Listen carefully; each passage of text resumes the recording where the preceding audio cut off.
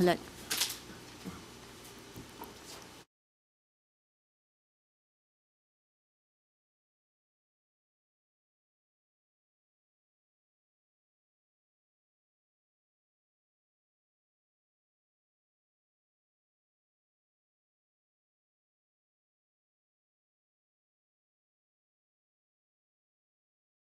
All right, so we are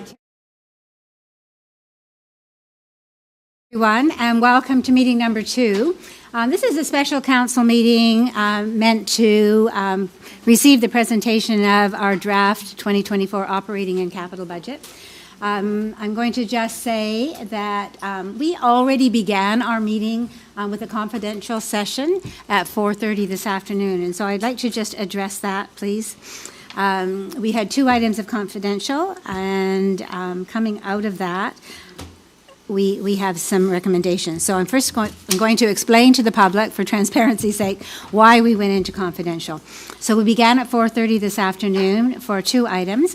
One was Township Solicitor Andrea Manel, Sullivan Money, Legal Solicitor Client Privilege Matter, Township of West Lincoln versus Jonker.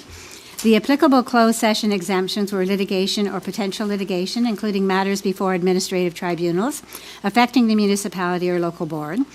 The second was advice that is subject to solicitor-client privilege, including communications necessary for that purpose. And the third, personal matters about an identifiable individual, including municipal or local board employees. The second reason we were in confidential was, again, a township solicitor, this time Michael Bonomi, Sullivan Manny as well. Personnel matter, identifiable individual. The reasons for going into closed session that were reasonable exemptions were litigation or potential litigation, including matters before administrative tribunals affecting the municipality or local board. Advice that is subject to solicitor-client privilege, including communications necessary for that purpose, and personal matters about an identifiable individual, including municipal or local board employees. So coming out of that session, we did rise into open session while we were there. And during that session, staff and legal counsel have been given direction during that closed session regarding both 2.1 and 2.2, which are the items that I just read to you. So we're going to open this meeting with the land acknowledgement. The Township of West Lincoln, being part of Niagara Region, is situated on treaty land. This land is steeped in the rich history of the First Nations, such as the Hattaway-Wendourong, the Haudenosaunee, and the Anishinaabe, including the Mississaugas of the Credit First Nation. There are many First Nations, Métis, and Inuit people from across Turtle Island that live and work in Niagara today. The Township of West Lincoln, as part of the regional municipality of Niagara, stands with all Indigenous people, past and present, in promoting the wise stewardship of the lands on which we live. I'm going to ask members of council, are there any disclosures of pecuniary interest and/or conflict of interest for this evening's agenda? Okay. So seeing none, the main reason that we are here today is to receive the staff report. Our interim CAO, who is sitting tonight in the seat of her treasurer's job, therefore leaving this one empty for this evening, Donna DeFilippis, has an information report T-03-2024, which is the 2024 draft operating and capital budget. And Councillor Trombetta, you have the motion to put that on the floor.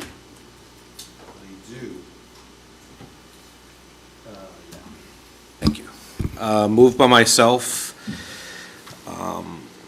that information report T-03-2024 regarding the 2024 draft operating and capital budget dated February 5th, 2024 be received. And someone to second that, please. Councillor Chichok, thank you. And so, Madam Interim CAO/Treasurer, the floor is yours for your presentation. Thank you, Mayor and Council. So this evening, we will be presenting the draft 2024 budget. The annual operating budget outlines the plans for the expenditures and the financing of those expenditures in order to fund the township's service delivery. After all revenues are accounted for, including user fees, the tax levy is used to balance this budget. The budget is a forward-looking document. It reports the township's planned revenue and the costs of public services for the year.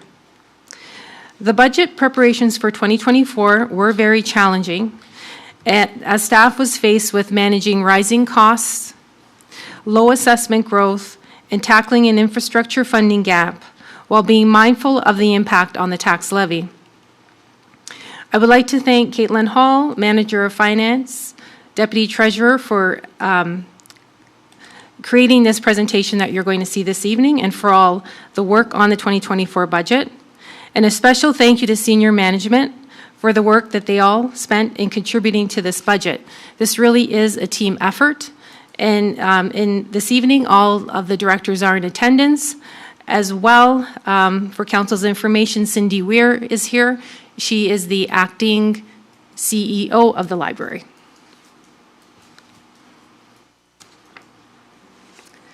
So this evening, we're going to do an overview of the 2024 operating budget, capital, levy impacts, and then we're going to talk a little bit about long-term capital and the reserve forecast.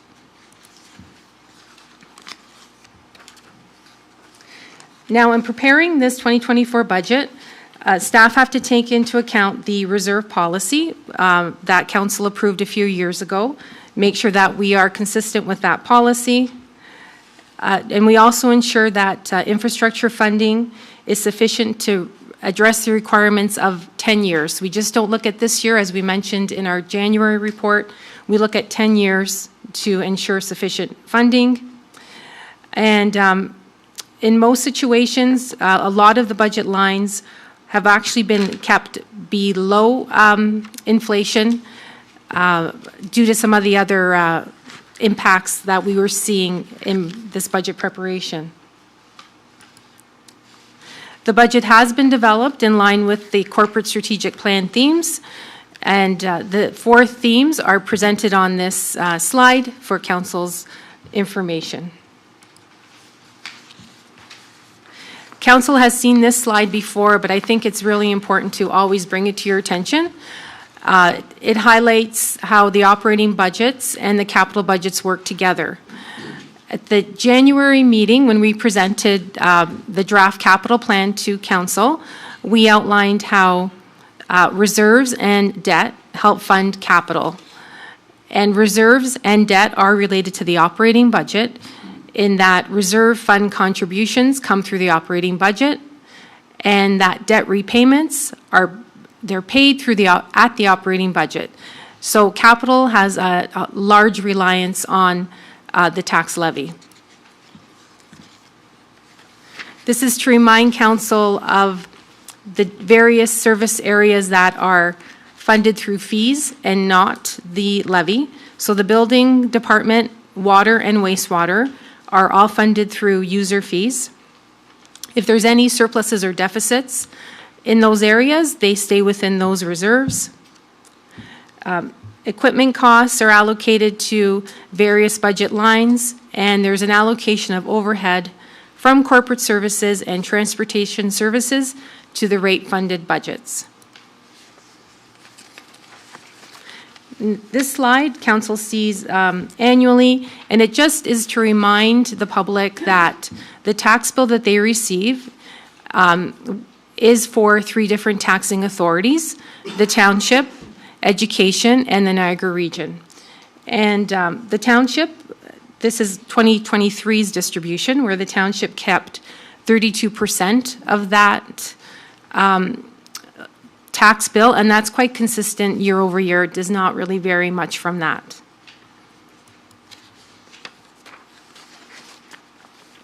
This slide takes the 2023 property tax rates, and we've compared them based on $100,000 of levy to the other lower tier municipalities in Niagara. We do this so council has a sense of where we land. I will ask council that when they do look at this information, to concentrate on the municipalities that have an assessment for a single-family home more closely aligned to ours. So those would be Niagara-on-the-Lake, Grimsby, Lincoln, and Pelham. Some of the other municipalities that seem to be on the high end, their average assessment is much lower than ours. So best to compare to the municipalities more similar to ours.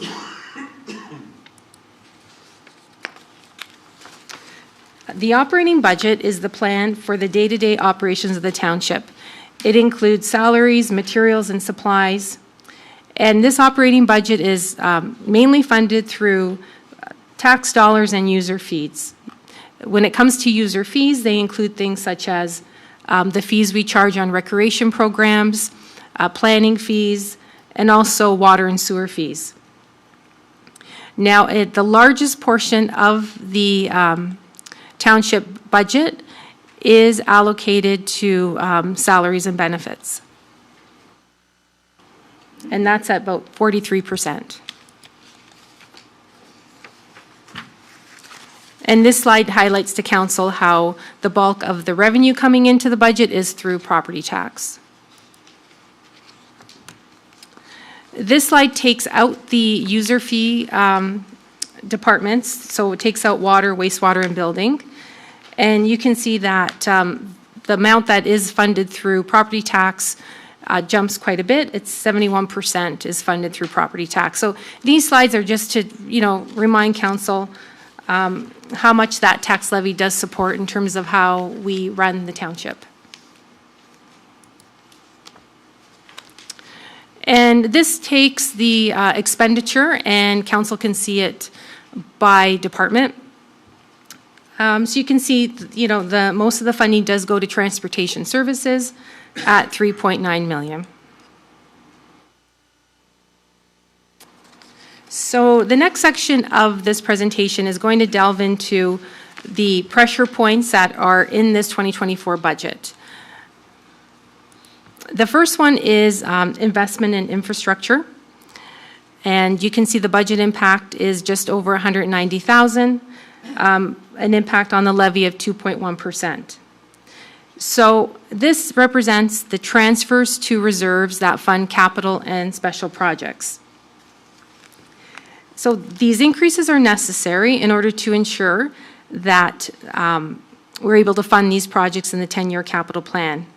Now, council will remember that earlier in the month, you accepted a report for information of the draft 10-year capital plan, and you also gave authority for us to transfer $500,000 of the 2023 estimated operating surplus to the capital reserve. And at that point, we indicated it would allow us to have a 2.71 impact on the tax levy. Since that meeting, we've worked very hard because we never stopped working on this, and we've been able to reduce it to a 2.1. So the impact on capital to the operating levy, the total increase, 2.1 of it is related to capital.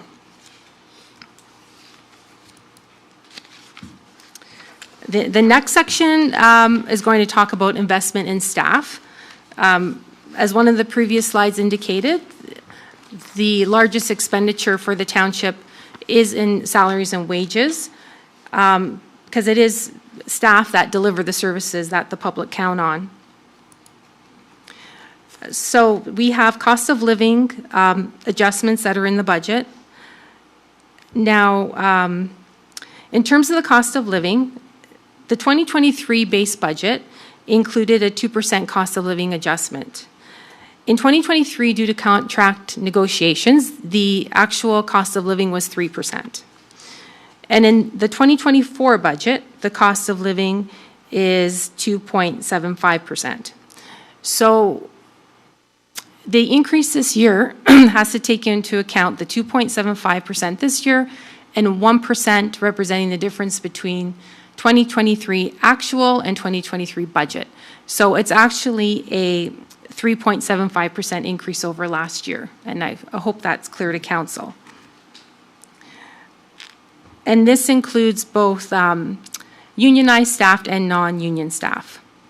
So when wages go up, benefits often go up as well. Many of the benefits that the township is obligated to pay, such as CPP, EI, Employers' Health Tax, WSIB, and OMERS, are directly linked to wages, because they're a percentage of wages. So these have gone up just over $62,000. We are happy to report that we were successful in securing group benefit premiums that were actually lower than the 2023 budget. So this increase, the majority of this is, well, OMERS is a big chunk of it. And the overall increase in benefits is 3.34% over 2023. The non-union grid implementation is impacting the levy. So Council approved the non-union review of compensation pay equity in 2020. The work was done in 2021. And then in 2022, we started implementing it. And it's slowly being brought onto the levy, and we're using reserves to help bring it on slowly. So this chart here indicates to council that we plan on having it 100% on the levy in the year 2028. So it is a slow implementation. And we're doing that because we're very mindful of the impact it does have on the levy. So we will be using the contingency reserve to help mitigate the increases. Continuing with investment in staff, I'm just going to review some staffing level enhancements and how they're impacting the budget. So the planning department received approval in 2023 to hire a manager of planning position, and it was to be offset partially by funding from the landowners group. This funding is no longer available, so in order to mitigate the loss of that funding, which was $121,000, staff is using a transfer from the planning reserve. So there's a net impact of $61,200 in this year's budget. In 2025, the remaining $60,000 will be brought onto the levy, so there will be an impact in 2025 as well. The crossing guard wages was approved by council in 2023, and the impact on the budget is a 0.5% increase to the levy. The library board approved a full-time public service assistant. And what they did in order to help fund that is part-time hours were reduced. So the net cost, including benefits, because this is a full-time position and does get group benefits, the net cost is $12,300. There's been an increase in part-time hours under the Rec, Parks, and Facilities umbrella of the budget. Several reasons for that. Part of it is cost of living adjustments. There was a significant increase in minimum wage in late 2023, more than we had budgeted.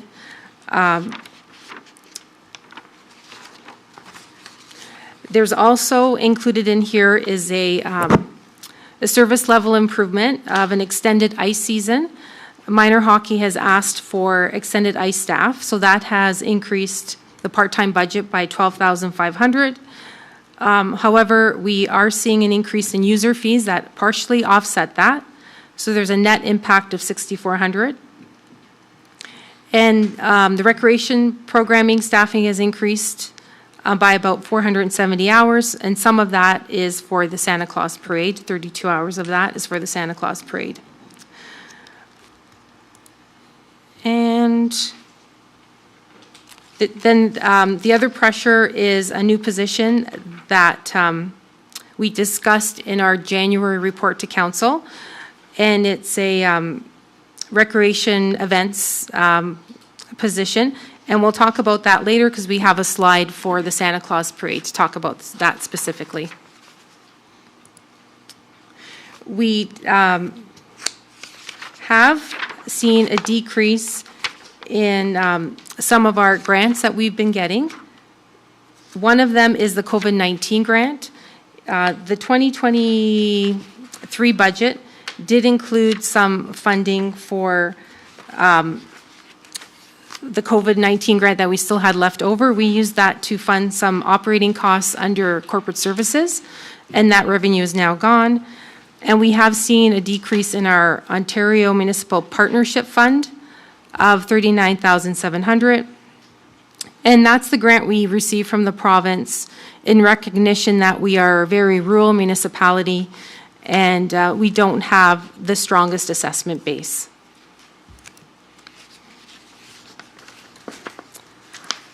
The township continues to see increases in corporate insurance. In 2023, we actually had our insurance broker come to council to explain the pressures on the market. There's a lot of different reasons why insurance is going up, and it's going up for all municipalities. The impact of inflation has increased replacement costs for buildings and other replacements. So when those go up, the premium goes up as well. There's been an increase in weather-related disasters. That impacts premiums, even though the township may never had to have a claim for this. They look at the municipalities as a market in itself, and we're all rated the same. And there's been a significant rise in cyber attacks. So those are all impacting the municipal insurance market. We do have a broker that goes to market every year, and we are able to ensure the best rates, but it's a reality for all municipalities, unfortunately.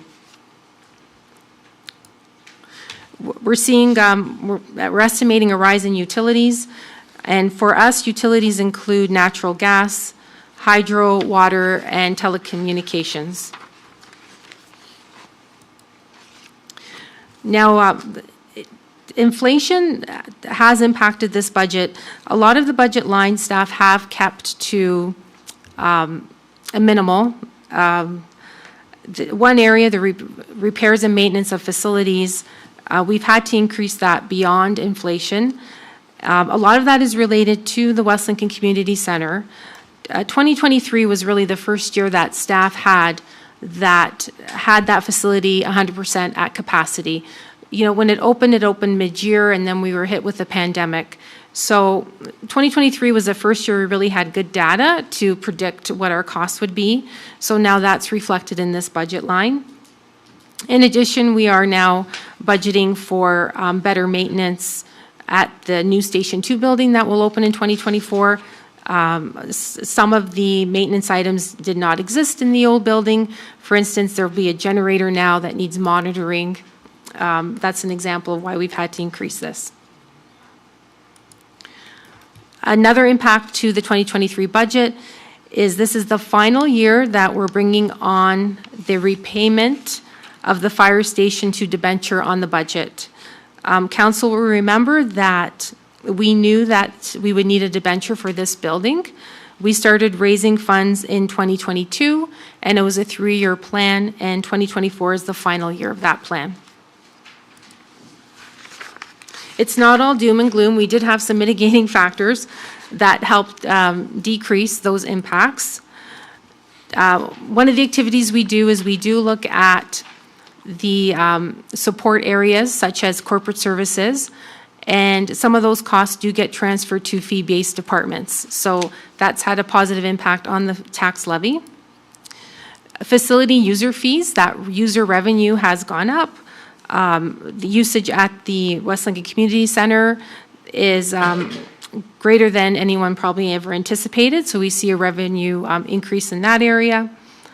And we also see an increase in planning department user fees, so that helps offset some of the other increases we've seen this evening.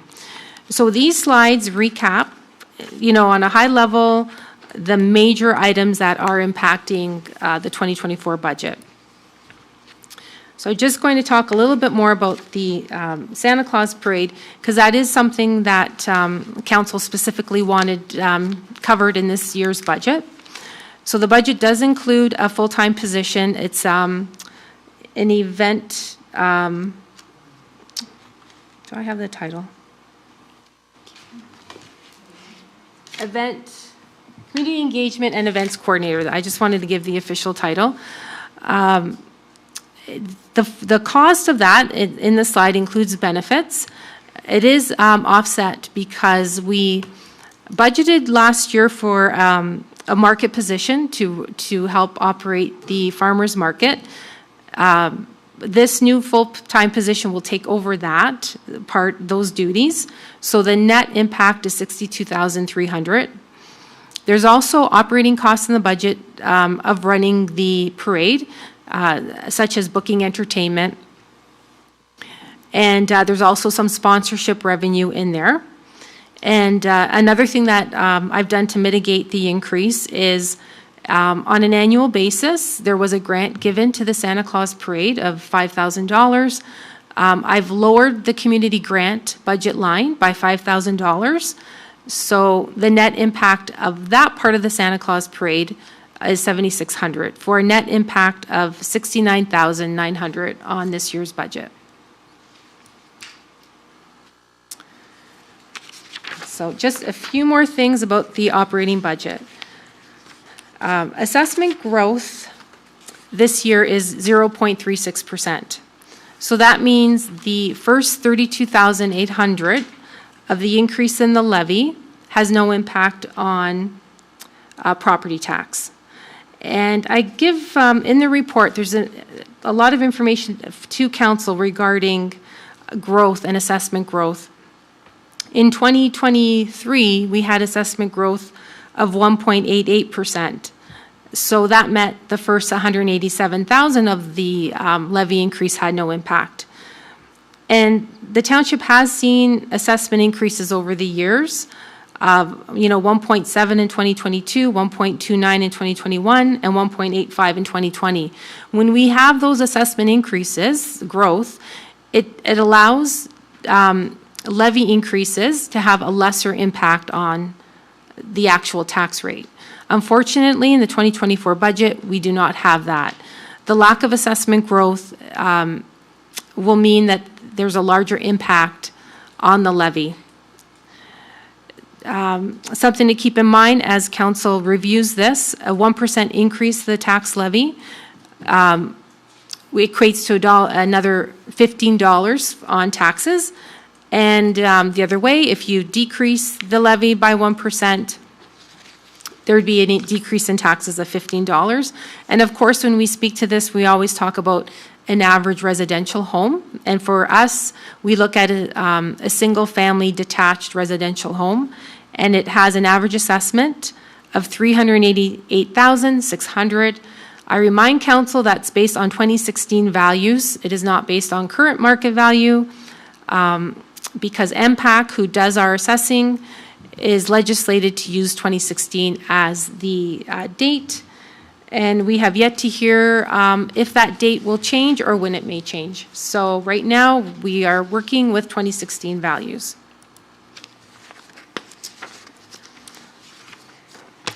So this slide takes all the information we've covered in the first few slides talking about the impact to the levy. And now this slide gives council a window as to what that means to property taxes. So this is a blended chart. It takes all the taxing authorities, because when our residents get a tax bill, it includes the township, it includes the region, and it includes education. So we want to present it that way. What will it look like when a person opens up their tax bill? So for the average assessed house at $388,600, it would be a 6.34% increase. That's including the hospital levy that we've been collecting for, and it also includes the urban service area charge that's in the urban area of Smithville.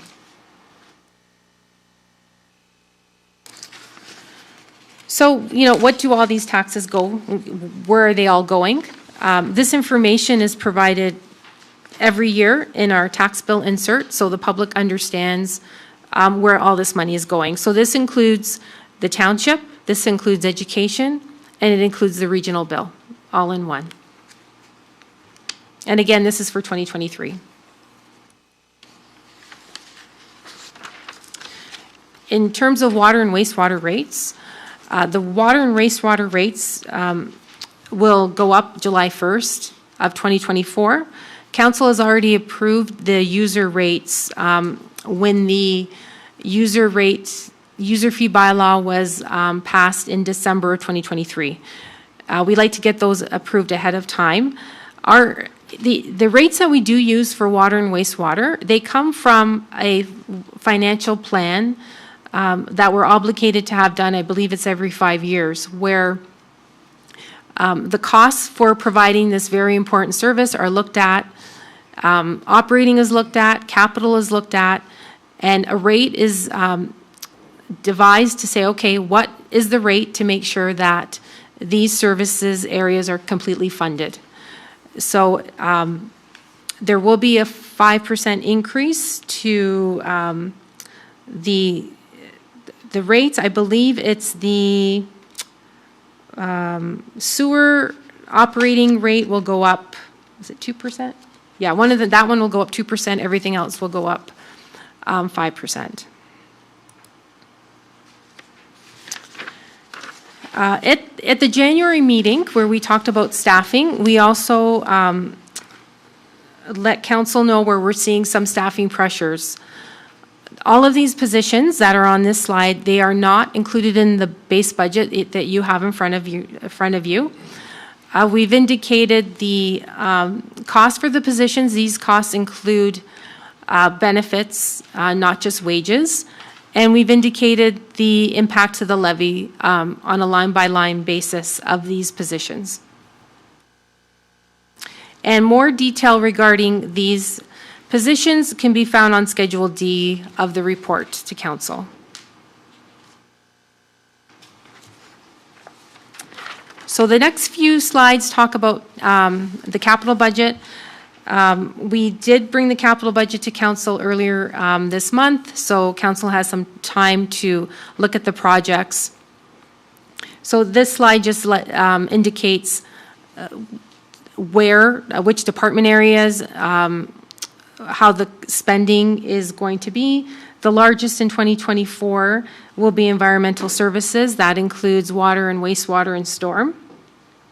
And I want to note that the 2024 capital plan, just for 2024, is 10.8 million, and that's significantly higher than what the 2023 spending was. 2023 was 5.1 million. So we're seeing a big increase in our infrastructure.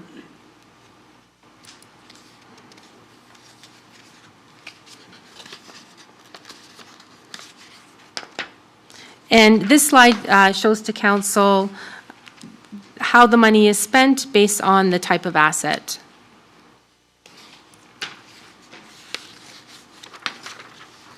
And this slide highlights the funding of capital and special projects. We will be issuing debentures in 2024. We have plans to issue debentures. The debentures will be issued for 2 water main replacement projects.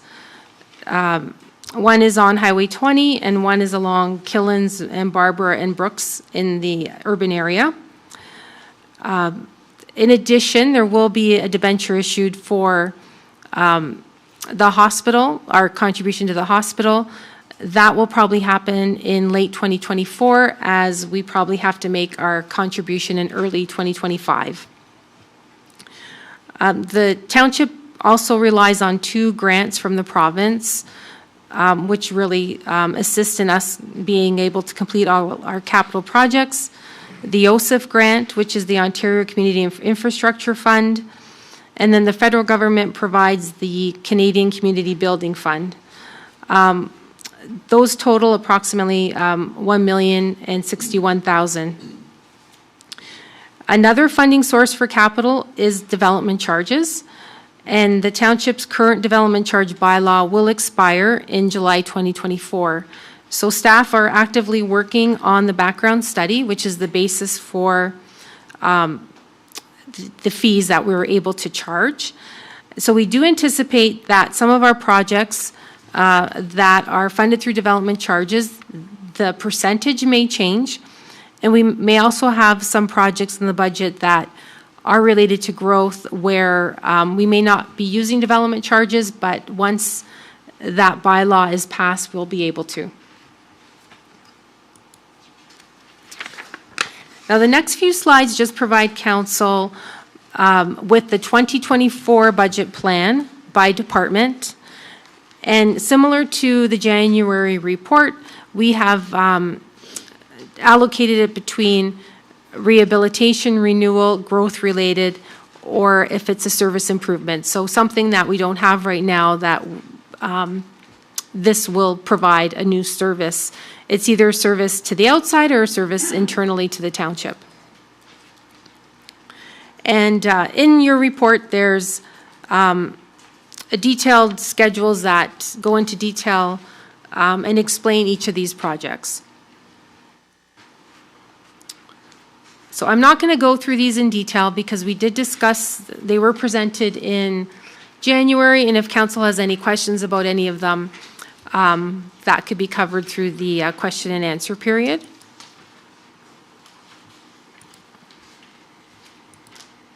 So I'm just going to go through these. Okay. Just jumping to the 10-year capital plan. And so that in the 10-year capital plan includes expenditures of $74.4 million. And details on the expenditures are found in Schedule H of your package. So all the projects that are anticipated for the next 10 years have been included on that schedule. The funding for all of those projects are included in Schedule G of your package. And the last slide is just to talk about reserve balances once again. I presented a slide similar to this at our January meeting. And it's just to remind council that, you know, we plan on what we're going to contribute to the reserves for 10 years based on the capital plan. And as highlighted in this chart, 2026 will be a difficult year because our reserves will actually be in the negative. And of course, these are only the capital-related reserves. So if that happens, there's an impact on cash flow for the township. And of course, this chart could look very differently based on the level of assessment growth we do see in the next few years. And I think that's the ending of the formal presentation. Thank you. Very thorough, very well presented. Thank you both for putting that together for us. I am going to take a speaker's list for questions or comments from members of council. Councillor Riley? Go ahead. Wasn't sure if you were making your list first. Well, I didn't see anybody put their hand up, so you're it for Well, now. I got Thank a you. few questions to start. And so I think we're going to start with the Santa Claus Parade. I just want to have it at least on public record known, and maybe even just to get the clarity, is right now it feels like this position's primarily being promoted just on the parade itself, and through you, Madam Mayor, to our treasurer and acting CAO. That individual is going to be responsible for all events coordination, correct? Like, this is not just somebody who's going to be planning the Santa Claus Parade from January 1st right to the execution of the parade. Through you, Mayor, to Councillor Riley. I'll answer it, and then perhaps Director DePaula may want to add to it as it's his department. So the position is a events coordinator. So I believe it would be for all events that the township would hold, okay, not just the Santa Claus Parade. It does, you know, as I indicated, it does include the farmers market as well. Yes. And so just because it's in your presentation as the Santa Claus Parade event, I just want to make sure that that's captured correctly, because I can see that I've already had one call from somebody who thinks we're just hiring someone specifically just for that, and that's not the case. I'm assuming that also covers the organization and execution of the Canada's Day event, which is one of our bigger events that we have as well. Oh, our Director of Public Works wants to. Okay, so, Director DePaula, please. Is that on? Yeah. Yeah, so just to add to that, yeah, you're correct. One of the other things that this position will do is basically look at fostering partnerships with other community groups and service providers to explore and develop some new partnerships for some more programming and maybe even some more community events. Oh, perfect. And as Donna mentioned, for the Santa Claus Parade event, the farmers market, but all the other township events as well, just to try to enhance those events, which would include Family Day, movie night in the park, music in the park, Canada Day, as you mentioned, and all those other community events. So it's not just for the Santa Claus Parade. Okay, excellent. Just, again, just wanted to make sure that that's very clear to the public, that that is what that position's for, and it's not just limited to the parade. I did want to go to one of the items. I think this is again another point of clarity. So under projects, we have for bylaw tracking software. So this one stands out to me because I think it's can very easily be taken out of context. This is, through you, Madam Mayor, to, I guess I'll go to our acting CEO. This is the software that we are going to have online that will allow people to track once they filed a bylaw complaint. This is not special software, because I can already imagine the emails coming. That's going to be tracking people in their private residences. This is more, you filed a complaint and you're able to track the status of where that complaint is. Is that correct? Through you, Mayor, to Councillor Riley, that is correct. Perfect, okay. And the other part, I'm just looking for things that are gonna stand out. The traffic radar speed board replacement. Again, that is not to be confused with the regional traffic speed camera that we have on the two streets there. So just looking for clarification that this is just the speed board replacement, which I don't have the street offhand right now. It's on the tip of my tongue, but I just want to confirm that's the one when you're driving down the road, it just lets you know you're going above the speed, correctly? Or correct, sorry? Yes, through the mayor to Councillor Riley, that's correct. We have one currently. It's currently not working, and what we do is we're hoping to buy a few of them, and whenever we receive speeding complaints, then we're able to move these traffic radar devices to wherever we're getting complaints, and not only does it show what your speed, but it also collects data for staff to review. Perfect. Yeah. And I guess just on that note, Madam Mayor, through you back to our Director of Public Works there, where are we at in terms of the traffic calming policy? I know that's technically a measure within that we would see in that policy, but just trying to, as we go forward and combat some of the other speed issues and traffic issues we have in our community, I'm just kind of curious where we're at with that policy. Yeah, through the mayor to Councillor Riley, staff's been working on that policy in 2023. Last year, that was one of our objectives, was to come up with a policy in 2023. So we do have a draft policy. We're just reviewing it currently, just to make sure that it's solid before we bring it to council. So the draft policy is written, just staff is currently reviewing it and trying to tweak it before we bring it forward to council. So we're hoping to do so sometime this year. Excellent. And the last question for now, and then I'll let That wasn't a budget-related question. No, that was just connected to the speed aspect. I was just kind of curious if that, because more stuff would come as a result of it. So the last thing I'll ask for now, and then I'll save some questions for later for my colleagues here, is just trying to get a better understanding of when we can expect. Oh, it's just on the tip of my tongue. All right, I'll come back to me afterwards. It's just completely escaped my mind. Okay, thank you. Councillor Trombetta. Thanks, Councillor Rayner. I noticed you first. I'll go to Councillor Rayner. Go ahead. Thank you, Madam Mayor. Thank you to staff for presenting the budget. It's always never an easy task to put together budgets, especially when things are not going the way we had in the past. We worked diligently through pre-agendas, going over many things. Question to you. Sorry, I can't hear you over there, Councillor Rayner. Sorry, is something you said? Oh, thank you. Question to you, Madam Mayor, to Director DePaula. Some of these, I've noticed some stuff is that are under transportation services, but I did notice rehabilitation of the town parking lot that's under general government. And that's obviously a rehabilitation project. Is that correct? Yeah, through the mayor, Councillor Trombetta. Yeah, it's just redoing the parking lot here in Town Hall. We just capture it as part of the corporate department as opposed to transportation. I know there's gonna be a lot of discussions through members of committee and the mayor here. I just think, maybe, let's just face it, it's not the best number that's came out that I've seen in the past.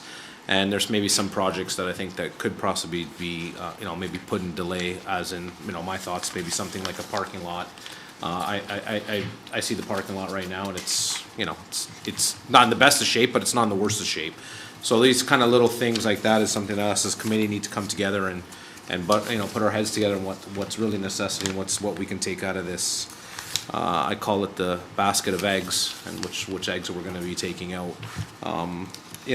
Other than that, there's other things in there that I think that are a necessity, and there's other things that I think that, again, some of the eggs need to come out of the basket. But I just want to put my comments on the record for members of the committee how I felt at this moment. But I know I will probably circle back at some point, Madam Mayor, so I'll push it on to my other councilors. Okay, Councillor Rayner. Thank you, Madam Mayor.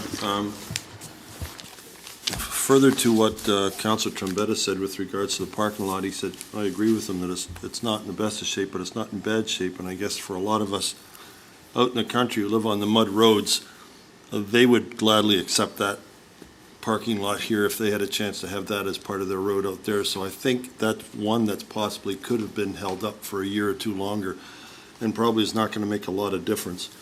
Through you to the CAO and Director of Planning, there was an article in the paper on News Now on January 25th that said our proposed tax increase was 2.71. When I looked at that, I was shocked because I was part of the meeting here and I don't recall any of that. And then I thought, well, how did that leak out and how did we get that number? Have we got a Watergate going back to 1973 here? And something got leaked out. And then I believe, Ms. DePolifis, you mentioned that the operating budget, not the tax increase, was 2.71, and you brought it down to 2.1. Is that correct? Yes, through the mayor to Councillor Rayner. At January's meeting, when we talked about capital, I indicated that the impact of capital on the tax levy was 2.71%. That was no indication of what the actual tax levy would be. It was the impact of capital. So we have lowered it in this presentation to 2.1. Thank you. Through the Madam Mayor. So this is not as put in the paper, and I know Mike Willowcraft has been the publisher for many, many, many years. He was almost around as long as when the British put the Americans back across the Niagara River. However, it seems like this is very incorrect and obviously a misprint. So right now, this 2.71 in reality is 6.34. Is that correct, Mr. DePolifis? Through you, Mayor, to Councillor Rayner, if we're talking about the municipal tax levy increase, it's 9.10. That's the township's portion. The blended rate, which is the tax bill, is 6.34. 9.10. Okay. Like Councillor Trombetta, I realize there's a lot of things on the list that need to be done. The one thing that really got me was you've doubled the environmental, which I believe is water and wastewater, from, I think you said 5.1 million to 10 point something. Is that not correct? Through you, Mayor Ganan, to Councillor Rayner, the increase from 5 to 10 is for 2024 capital in totality. In 2023, we spent just over $5 million on capital and special projects, and this year we're spending 10. So that's more than just environmental services. Environmental services has increased, however, from last year. Through you, Madam Mayor, to our director, how when we're putting this budget together, that is a large number to start with, 5 million. How can we go ahead and double that number in 1 year and have a hope of bringing the budget number down? I mean, things increase. I mean, even 5% would only be 250,000, but it's a large number, and that large number is doubled. I realize it relates, I believe, to you said, to the sewer work on Highway 20 and a couple roads and subdivisions in town. but do they all have to be done at the same time? I mean, doubling a number that's already large is a huge impact in 1 year. Okay, so Councillor Rayner, I'd like to go to Director DePaula to explain that, Okay. because it's his department, you. and he is aware of some of the connections to other things that you may not be aware of. Go ahead, Mr. Doctor. Yeah, so, is this on? Sorry, yes, it It is. is. It is. Okay, so through the mayor to Councillor Rayner, yeah, there's a couple projects that are included in 2024 that we've been planning for a while, and the one project is the, as you mentioned, it's a water main replacement and a sanitary sewer upsizing on Highway 20. That was always in our plan. We wanted to get that done, and we budgeted for it a few years ago, but because it was a joint project with Niagara Region, so that we're trying to align it with their road work. So unfortunately, that project kept getting deferred by the region, so we deferred our underground work at the same time.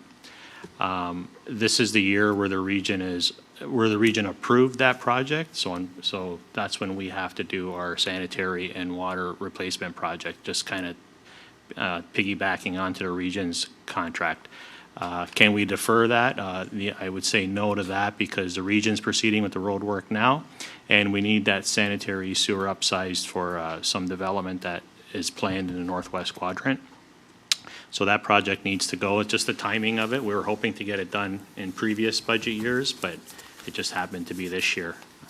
And then the other project is some water main replacements on Killings, Barbara, and Brook Circle, I think.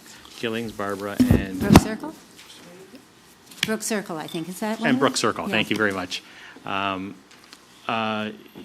it was always in our forecast. We completed the design work, and it was, the design work of this contract was in last year's budget, so we're ready to tender it. So we figured now's the time to get it done. If we could defer that. If we do, then it's just, we're just going to be subject to inflation, right? Cost of construction goes up every year, and so that's why it's included in the 2024 budget. We're ready to implement that project. All right, thank you, Mayor. I just have two more questions, if you don't mind. So if I could just add to that, though, further to what Director DePaula has said, the other thing is, if we went ahead to do our sewer work after the region does the road, then we would be digging up a road. So the region is ready, everybody's ready to do their part this year, which is why it happens to be. But Highway 20 is different than the subdivision. Could we do what the region wants, which is Highway 20, and then next year maybe do the subdivision? Well, I think Director DePaula mentioned that in terms of the work has already been done, the studies have been done about doing the internal work, the in-town work. And so to put that off and not to debenture that and to get that work done, I think that what his answer was, it would only have increased costs. As everything does. Yeah, exactly. So go ahead with your other questions, All right, please. just two more. One, hopefully Councillor Chichuk doesn't mind, but Councillor Chichuk was quoted last week as saying, the budget was justifiable and responsible outline. Your projects show us that growth does not pay for growth. It just doesn't work. So this used to be, through to the Director of Finance, this used to be the thing that we always said here, was in order to keep the taxes down, we need growth. This, from Councillor Chichuk, and she's very astute when she does things, she says it's not working. So my question is, we were talking about something to deal with money you needed for subdivisions, for improving the infrastructure, whatever the case may be. But if this is true, then are we not heading in the wrong direction? As you said, we're going to have no reserves left in a couple of years, 2025 or whatever.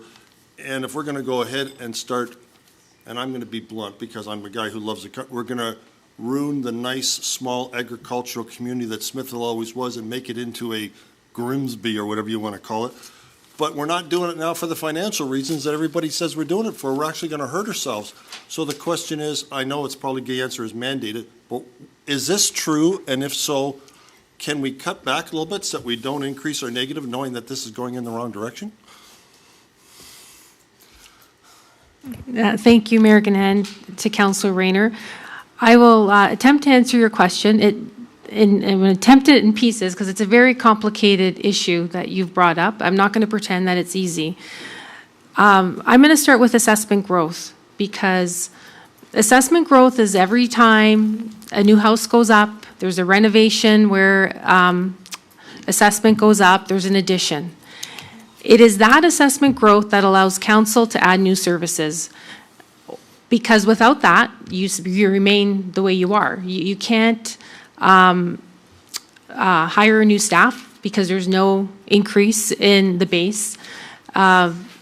You can't add new services. You can't pave new roads. You can't hardtop a gravel road because there's no extra money coming into the township. You stay the way you are.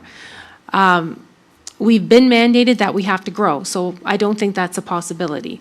Now, some growth where the land is already serviced does not impact the township as much. So when you look at infill in the township where their services, perhaps the existing building was demolished and we're waiting for something new to be built, those kind of developments don't really cost the township greatly because the service is there. There's no cost with us putting in new pipes. When it comes to putting in new infrastructure, so you're taking land that's not developed and you're putting in new pipes, there's a complicated review, a background study, which we're working on, where these services have to be reviewed to see how much of it is impacting the new development and how much of it is going to improve existing services. So in cases like that, where perhaps there's a road that has to go in, and that road is going to benefit 30% of the existing people, then we can't charge a development charge for the whole amount. So in those cases, you could argue that, growth isn't paying for growth because a portion of that new road does have to come under the taxpayer. It depends on the infrastructure. The one area where definitely growth is not paying for growth is due to legislative changes. We can no longer fund studies through development charges. So in the past, the development background study, for example, was funded through development charges. Official plans could be developed through development charges, master plans. That's been removed from the legislation. So in that case, it does not pay for itself. So it's a complicated question, and I'm not going to just say, growth doesn't pay for growth. It depends on the kind of growth. And it does have a lot of benefits to the township when it does happen, when it's done correctly, because it does allow the township to offer new and improved services. Okay. One further thing, if I may then, Madam Mayor. I would appreciate if it's possible, and it's up to other councils to agree, where we had proposals coming back that would give us a number of options, 3, 4, 5 options. If we remove this, it'll reduce it something. If we remove this, we'll do something. I personally would not support anything that exceeds 3%. Other municipalities in the area have gone far lower than that and have already come in with their budgets.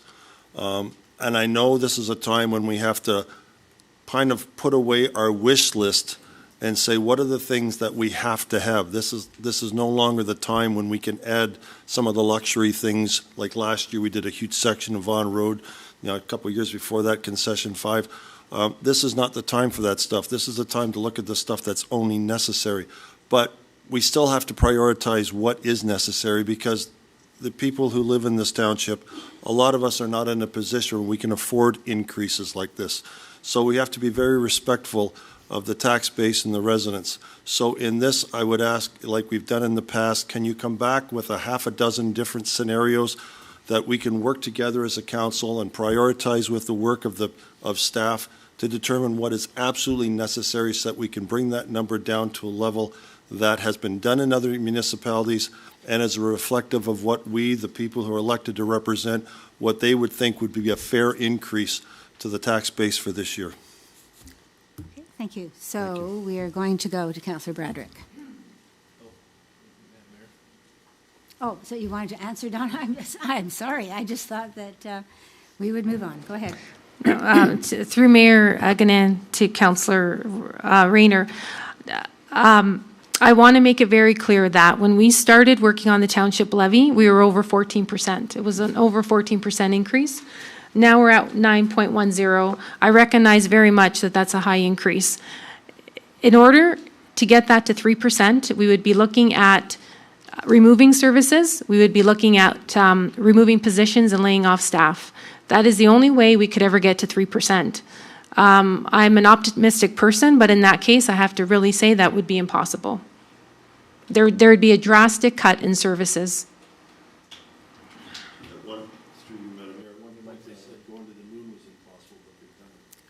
Well, I would say, let's look at it. We've got to do something, but 9% is absolutely intolerable, and other municipalities have come in far less, and they're subjected to the same environmental stuff we are.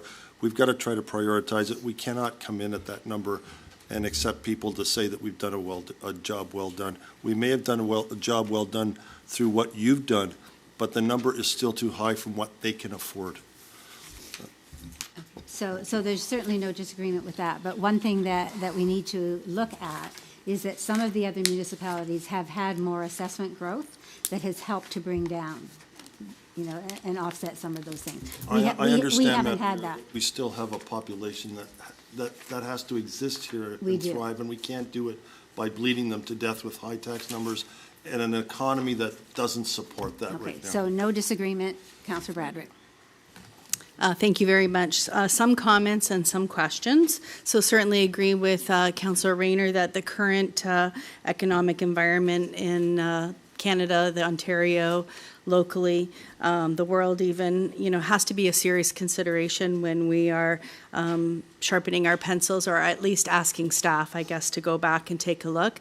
And certainly do appreciate the preliminary work done by the Finance Department, in particular, Director DeFilippis, or CAO, sorry, interim, and Caitlin for your hard work in putting this budget together.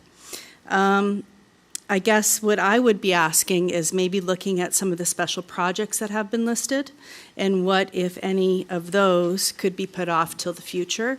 In particular, especially those that could be addressed with some growth that may not happen this year and maybe not even next year, but in the years to follow. I would hate to see us to be very strict and cut back in a great way that would then negatively impact future budgets, even more so. So I guess we have to have a balancing act between being respectful of the economic pressures of our residents, as well as looking forward to the future so that we are not burdening future budgets that need to be even larger than they should have to be, as we have seen in other municipalities in Ontario, in particular Hamilton. A question for the Finance Department, through you, Mayor. If they could answer for me and for the community, what is the current commercial and residential ratio for taxes? Through you, Mayor Ganan, to Councillor Bradrick. So in terms of weighted assessment, 87% is coming through the residential and farm base. Industrial is 6.75%, and commercial is 6.32%.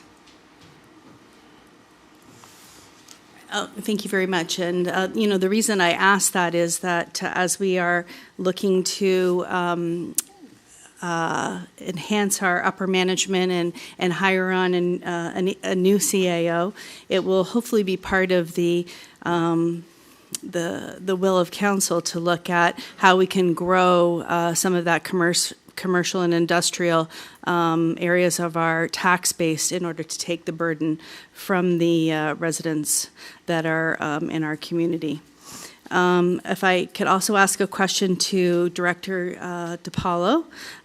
One of the items in our this presentation tonight was about utilities, and I believe that maybe some of that is connected to the utilities of the community center, and wondering about possible energy saving programs or energy audit that could be done to look at the offsetting of the rising costs, in particular natural gas. Through Mayor Ganan to Councillor Bradrick, yeah, the utilities, we haven't done that type of audit. It's something we could look at, but right now we just don't have the information that where we can actually implement any kind of savings at this stage. But as Donna mentioned in her earlier presentation, yeah, our utilities, it's our first real full year of the facility operating, so, and the cost of utilities are going up, and that's just based on, actual expenditures from 2023. But we could look at implementing some kind of audit system, an energy audit. Just don't know. I'll look into that to see what that would cost to do a study like that and what the value for money is. Thank you. I know that, residential homes there's programs in place right now. I'm unsure if that or anything's available to us, but thought I would ask that question. A comment in regards to the presentation around wastewater, and just, I guess, a reminder to the community, those amounts that you see are an average of consumption, and that certainly consumption can be mitigated through, cost can be mitigated through that consumption, and it is my understanding that our staff do a good job at putting in some information in the bills to help residents lower those costs by decreasing that consumption. And those amounts, through you, Mayor, to the interim CAO, can you just confirm that those are an average of users within our residential community, our urban community? Yeah, through you, Mayor Gannon, to Councillor Bradrick. Yes, we base everything on 45 cubic meters per quarter, which we find is the average consumption for our residential users. Thank you. And I'm going to reserve the rest of my comments for later. Thank you. Thank you. Councillor Chichok, I have not gone to you yet. Were you ready for comments or questions? Madam Mayor, thank you. I thought I should speak now because I was named in Growth Not Paying for Growth. And so I thought I'd look for my next quote. Thank you very much, Councillor. I just read it on the- Today, I think we're living in the perfect storm. High costs of housing, high interest, no assessment growth, and jobs not keeping up, and people now with six-figure incomes visiting food banks. I call that the perfect storm. A colleague of ours, the Mayor of Toronto, said we cannot save or shave our way out of the current predicament. Growth does not pay for growth. And I was writing that just as Councillor Rayner said it. I thought I should hide my notes.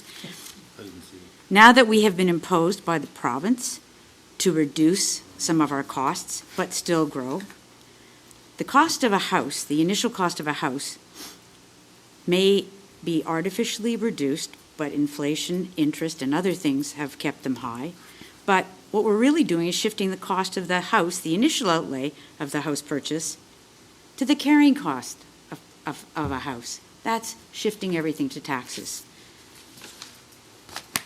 There's no magic bullet to solving the cost of delivering services, and it's a fine balance of what is the basic basket of services, the necessities, versus those that perhaps we should all think about no longer being done, but we don't want to do without them. For years, councils have tried to manage tax increases by zero-based budgeting, setting artificial tax increase levels that must be attained by staff, which is why we have some of the deficiencies and deficits that we are currently facing.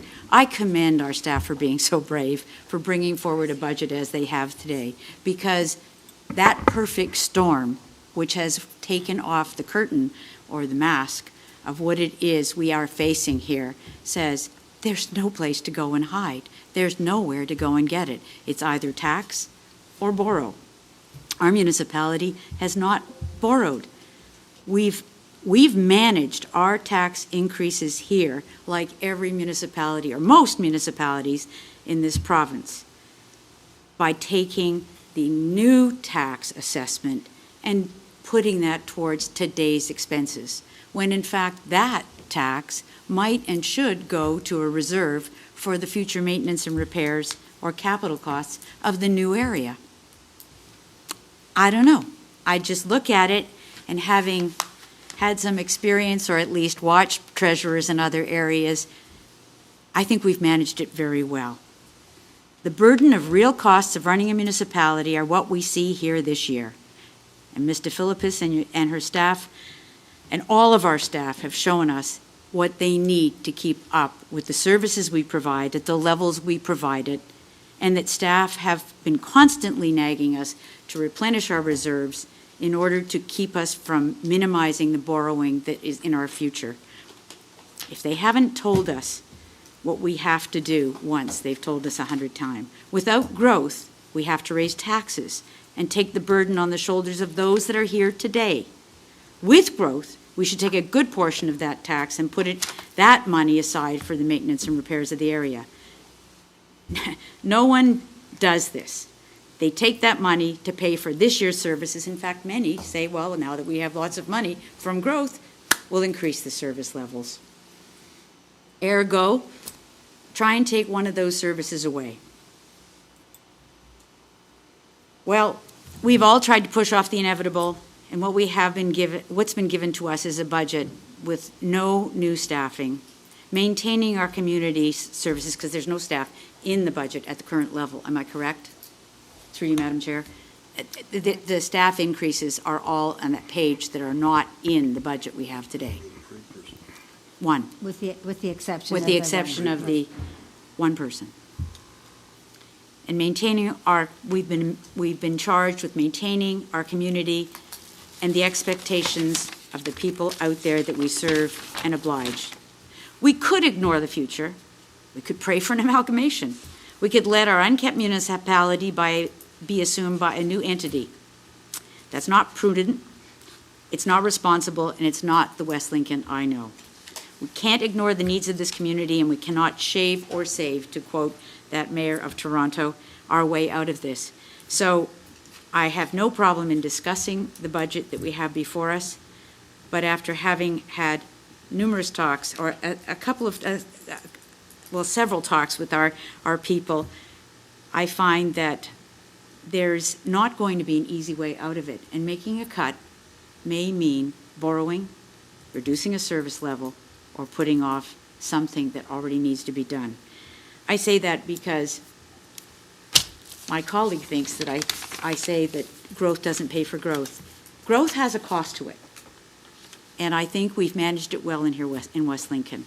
But growth cannot pay for cost, because a house built today gives us new money, but when it comes to fixing the road 20 years down the road that house is on, it's a heck of a lot more money if we don't put some away for it. So I don't like the budget we have before us, but I sure don't want to stick any artificial tax levels out there unless we also agree that we will do one of three things: put off projects, borrow, or tell people the service level is being eliminated. I found this budget to be completely frustrating. So, I mean, not frustrating in the way that it was presented, but I found that it was truthful, and it certainly gave us a good look at what we need. So I will reserve my questions until later, but thank you, Councillor Rayner, for quoting my growth doesn't pay for growth. I stand behind that, and I also think that the perfect storm has hit us and all municipalities in Ontario in 2024. And I'm saddened by what we have to report to the people who live here, but there's going to be some news that is more of a shock than most people think. Thank you. Okay, any further, everybody's had a first time except for Councillor Bell. Did you want to speak, Councillor Bell? You're fine for now? Okay. All right, so we're on a second round if somebody has more, so. Are you going to reserve it to the end? Okay. Yeah, That's right. I'm good, yeah. So my first round was seeking clarity. So my second stab at this is going to go after a couple of things. So through you, Madam Mayor, to our staff, and just kind of echoing some of the comments and sentiments that my fellow colleagues here have expressed. I agree. I understand the 3%, essentially creates probably more harm than good. So my question to anybody here is, when we go back and look at this, can we look to see if there's opportunities for more shared staffing? One of the biggest, attributes or catalyst in this budget is the staffing component. I'm just wondering if we can do a little bit more with our shared service partners. So anybody who has that. So I get there's a lot of pressures and there's a lot of things that need to be addressed. But if somehow we can review what could be shared and what communications can take place with that, I would be a strong advocate for that. I'm more of an advocate for shared services than in amalgamations. You know my opinion on that. I've made it very clear in the past. Also, through you, Madam Mayor, too, I'll go to our director, our acting CAO.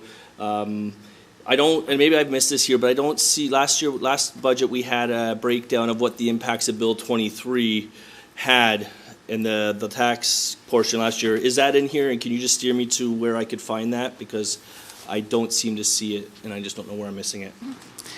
Through you, Mayor Ganan, to Councillor Riley, we plan on bringing that to the February 20th meeting. It is Okay. not in this report. Okay, so it's good to hear that that's coming forward, because I think it's important for the public to be aware of that. Madam Mayor, through you, to our Director of Planning, Brian Treble, could you maybe talk to us about what we can expect in terms of, I know we have proposals going forward in the next planning meetings regarding growth.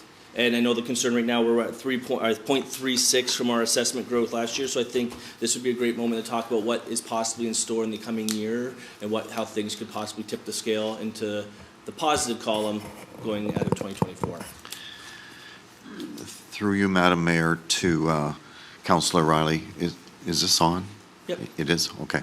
The challenge that we have shared with Council on a couple of occasions is the servicing aspects of getting lands in the northwest corner and the urban boundary expansion lands serviced with sewer and water. From what we understand, the one arrangement for a water service should be in place for construction to start by the spring of 2024. Optimistically, that would mean some building permits should be able to start happening later in 2024, but I think 2025 is probably a more realistic target. So some residential growth by 2025. I think 2024 is probably going to stay a bit of a tough year just from that aspect. We do have lands in the east end of Smithville that could potentially come on quicker with less servicing issues as well. But by the time you start applications to the time you put shovel in the ground, it seems to be longer and longer all the time. So, you know, you don't make an application tomorrow and have shovel in the ground in 6 months. It's a year or two before you're probably to that stage. So the East has brought applications in. There are public meetings that are coming, but it might be more like 2026 before we see benefit from them. I don't know if, through you, Madam Mayor, if that is that kind of what you're looking for? I think, go ahead, sorry. Thank you, through Mayor, to Councillor Riley. I just want to add to what the Director of Planning stated. The township does not see assessment revenue until there's occupancy. So you could see a building, but until there's people living in it, it's not recognized by impact. Yes, and again, just to clarify that, it's that growth is on its way. Just the rate that we had last year was substantially lower than our norm, and hopefully we're making up for that in some aspects of it. The other part, I guess, two more parts here. The other part is going to just echo, I know Councillor Rayner's concerns about, in quoting members of council for, recognizing that growth doesn't pay for growth. But I'll say my wife and I, we did a small renovation just a little over a year ago, and Impact just finished their assessment. And based on what I'm seeing here, we're going to see an increase of probably just under $1,200. That we'll be paying. We're not getting anything extra. It was an investment we made into our home, and as a result, that is going to be part of that 2024 and other people who are in the same situation. So this is going to impact everybody, is basically what I'm saying as a result of that, because, and that's not even truly factoring the 9.1%. That's just based at current projection based on where the home was reassessed at. But lastly, through you, Madam Mayor, and I'll go to our CAO again, it's kind of a two-part question. The first part is, and I don't see it here, and I don't think it's here, but I know it's related to the hospital. We have the hospital levy there. And I was just curious, is there any additional costs expected to the municipality because of the name change? I know they're in the process of reviewing what that name change could look like and if we can expect any costs. And also the other part I have of that, maybe to you, Madam Mayor, is do we know when the public consultation of that portion will take place? Because we haven't had any talks around what that name change is going to look like. So I'm just kind of hoping if you maybe can shed some light on what that could look like. So there's no extra money. There was a meeting held, I think I reported that already, the last council meeting, where the numbers have stayed the same and the project is moving along well. The reason that the region and the 3 municipalities could enter into any kind of a name change agreement was because our total, as per the way that the project was laid out, equaled more than $20 million, and therefore you have naming rights if you wish to do that. So that doesn't And require that's it. public So consultation? So the that public just- consultation is ongoing right now, is on with the 3 municipalities through the setup, and I can't remember the name of it unfortunately, Okay. that Lincoln has already that just enabled the public to make comment. So that is the portion of public consultation. None ahead of that. It's Okay. just really letting the public know that this is the situation. at And this there's point in time. no situations coming back to our municipalities or No, have no, an and- input on and- that? And no money. I mean, Okay. it's not being, there's nothing more coming out of that. And if members of council, like our members of council, wish to have a say on that, is there anything further we could do? Or, You could put your own comments on. As a on the individual? thing, As an individual. Okay. yeah. Just All wait, right, please. thanks. Okay, so you still have the floor, Counselor. Did you have So further that, I questions? believe I covered everything so far. I'll let you know if there's anything else. Thank you. Okay, thank you. Okay, so we're on the second round, so Counselor Trombett, I'm back to you. Anything further right now? Okay, Counselor Rayner. to you. Thank you, Madam Mayor. Yeah, I was just confused. There was a write-up with Mike Willcraft about that, and he was kind of insistent that it's heritage, and we keep our heritage by not changing it, and I certainly supported his thought process. But this township, as well as other townships, have put a tremendous amount of money out of the taxpayer's pocket in order to have this hospital done. Shouldn't, if there's going to be a name change, shouldn't it come back to the townships, to the people who approved the money going there, who represent the taxpayers, to make that decision? Well, that could be a process, but that's not the way it came about, because it needed to come through the foundation, asking the municipalities and asking the region, would you be willing? And they agreed that yes, that it makes more sense to look at West Niagara. And as you pointed out yourself, Councillor, at a previous meeting, the West Lincoln Memorial Hospital was not in West Lincoln.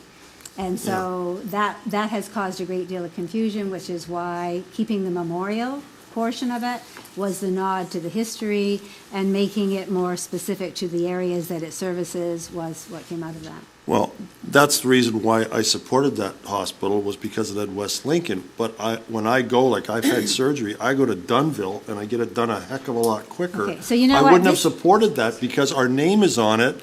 The heritage from this town to me, it's down in Grimsby. Okay, that's not an agenda item this evening. I know, though. but Can we- okay, I've got another so question let's- with let's- regards to yeah, budget. let's let I it can go, move please. on. Yeah, we're Right. dealing with budget tonight. Yeah, that's fine. Thank you. Go Through you, ahead. Madam Chair, to Donna DePilipis, the Director of Finance. Donna, you mentioned earlier there was something that we had an additional expense on. I didn't jot it down. It was because money coming from the Landowners Society or the landowners, something or other, have backed off or something, and now we have to pick up the tab. Can you please explain that a little more clearly for me? Through Mayor Gannon to Councillor Rayner, I will start, and then I'll probably ask the Director of Planning to continue the explanation. So I believe there was a report that went to Council in 2022 that introduced a new position in planning, and there was to be funding from the landowners group for that position. I think it was up to 4 years. And I believe in maybe the last quarter of 2024, information came through that they were no longer going to cover the cost of that position. So we've tried to mitigate that impact as best as we could by using the planning reserve to help reduce the impact. So perhaps the Director of Planning may have more information on anything else that would have happened. Through you, Madam Mayor. The initial thinking of the landowners general manager was that there would be benefit to the landowners group by supporting the township in the staffing of an extra planner. And at one point, there was discussion around an extra resource within the Public Works Department to do on-site engineering monitoring or some term like that as well. in the end, because of the appeal to OPA 63 that occurred with two appellants who were landowners, they have backed out of the landowners group, and the rest has kind of collapsed because of the removal of those two who are now appellants. So it does not look like there will be funding to support the position. As Donna mentioned, there is a letter that came in that would appear to suggest that those two parties are definitely not going to participate. I wouldn't be surprised if it doesn't end in a lawsuit somehow between all of the landowners to sort this out, because there are unpaid costs that they are of the opinion the appellants owe to them. So I don't want to get into a whole lot more about it, but I think it's best to be preparing the budget as if we are not going to get the money. Any we do is then gravy, basically. So, Through you, Madam Mayor, to Mr. Trimble. Then that raised a question. If they were partly to finance that, then is there still the justification that we still need that position, because that position was partly created on the fact that they were piggybacking some of the cost on it, which obviously meant that that individual had a purpose for their purpose. But now that that's gone, does that still mean that that position is still warranted because it was basically precipitated because of the landowners group, if I'm not mistaken? through you, Madam Mayor, the landowners group were prepared to pay for it, but it was to accommodate the growth that is yet to occur with the expansion lands that came into the urban boundary. So the one offsetting factor or mitigating factor that I'm hopeful will prove itself positive is the fee that we've established. So the process for the urban boundary expansion land starts with what's called block planning, which is sort of a drill down from the work that's been done to date. That drill down cost is to do the block plan review, and it's a substantial planning application, which is the reason why we're anticipating higher revenues in planning this year. To do a block plan, you're probably talking somewhere in the range of $50,000 to $80,000 per application. It's a rate we've never had for an application in the township. I'm optimistic that'll offset the loss from the landowners. So we're coming at it a different way. Well, you still need the position. Yes. Through you, Madam Mayor, to the Director of Finance, you mentioned that this found out, and this was finding out at you said the end of 2024 that they will not be participating. Is that not 2023 we find out, or is the money still coming in until the end of 2024? When is the landowners' funding stop? Through you, Mayor, to Councillor Rayner. I'm sorry if I misspoke. I believe Council was informed in the last quarter of 2023. I'm sorry if I said 2024. Oh, I thought you meant that it was continuing until the end of 2024. But you meant it discontinued in 2023 at the end. Yes. So that money's no longer available this year. Yes. Thank you. Go ahead, Director. I think it didn't come, right? Well, some of it did not come, but there are outstanding debts owed to the township as well, which are part of this reference I made to a potential legal battle that's likely to brew. Effectively, as I mentioned earlier, things kind of fell apart when the appeal came into OPA 63, and I think that's roughly when the landowners stopped paying the bills. The agreement with the landowners and the township says that they will pay our bills to get to the point of OPA 63 approval and the approval of the master community servicing plans. And in our lawyer's opinion, we're not even there yet on part of it. But the appeal is basically, or the appellants are basically saying, as of the date of the appeal, we're done. And that's not the way the agreement's written. So there's unfinished business that's yet to be sorted out. That's why I asked, because I thought there was something that didn't seem right. Thank you. Okay, thank you. So Councillor Trombetta, I'll go back to you. Yeah, just a couple statements. There's no doubt that this committee, we need to do work. I just want to make it clear for the people listening at home and people in the gallery. This is the draft budget. It's only to be received this evening. Some people do get confused when they see numbers that this is going to be the final and they're left with what we're doing. So I just want to make that very clear to the people in the gallery or people watching at home. We are just receiving this for information tonight. This is higher than expected that we've seen in the past. So please, It's alarming, but it's our job as a committee and mayor to work in getting this number at a reasonable number. So anybody watching at home from now, this is not the final Thank you. number. And one of the things that we're looking for, in addition to that, you're absolutely right, we are receiving it. But our clerk has also asked that in addition to receiving it, we also look at specific asks that we might have back to staff. So one of the things that I did just make note of, actually, was something that Councilor Riley said about staff looking for opportunities for shared services in response to that. So as we continue with this, if there are other specific things that we're asking, Yeah. that we'll make note of those as well. I know in the past, and I didn't want to put a number to anything, but I know in the past, we have came back with 3 options in the past on our budgets. Now, I'm wondering if staff can go back at 3 options, like this number gives you this number gives you that, and this number gives you that. And it's sort of what Councilor Rayner did say, but I don't want to put a hard number on staff saying it's got to come back at For 3, so you want 3 scenarios? an A, B, and C Okay. option like we've done in the past. I think that will help me at least. I don't know about the members of committee, but Okay, so then we'll look at specifics that we can add to that as well, in terms of, as we move along, because as we continue to discuss this, there may be some things that are even more specific than that. yeah, and sort of to kind of echo what the other members of committee have said, if this is the possibility of moving some projects to the following year, I don't have a problem with that, sitting here. This is, we're all feeling the pinch as all members of people that are in the public. We're all getting pinched somehow, and things are expensive for all of us here. People at home, people that are staff, people in the gallery, councilors. Everything is expensive for everybody. We all pay taxes. We're so all we pay get it. taxes, and we're all feeling it when we go to the grocery stores. We're all feeling it when we have to buy a new vehicle for somebody, or we feel the pinch for all of us. So these budgets hurt us just as much as as council, as it hurts the public. And, it's our job to get it better, and we're going to work hard, as a committee to work on that number, so. Thank you. Okay, so Councillor Bradrick, I'll come back to you now, please. Thank you very much, Mayor. Just I think a comment or two.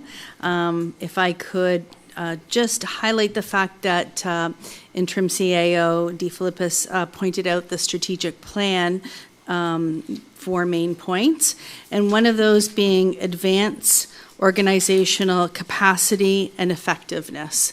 And I think that going forward with when the new CAO is hired and we look for somebody who's going to be able to really assist us in that organizational review and look at ways that we can, and chances and opportunities to really look at our operational operation sides of our business and how we can streamline that and the cost savings that can happen. So wanting to also add on to what Councillor Riley said about shared services and looking at, is there a possibility even for the event planner and wellness position that may be something that could be a shared service of sorts from another municipality, that then we are not keeping that position onwards past this year, but maybe looking at that as a fix for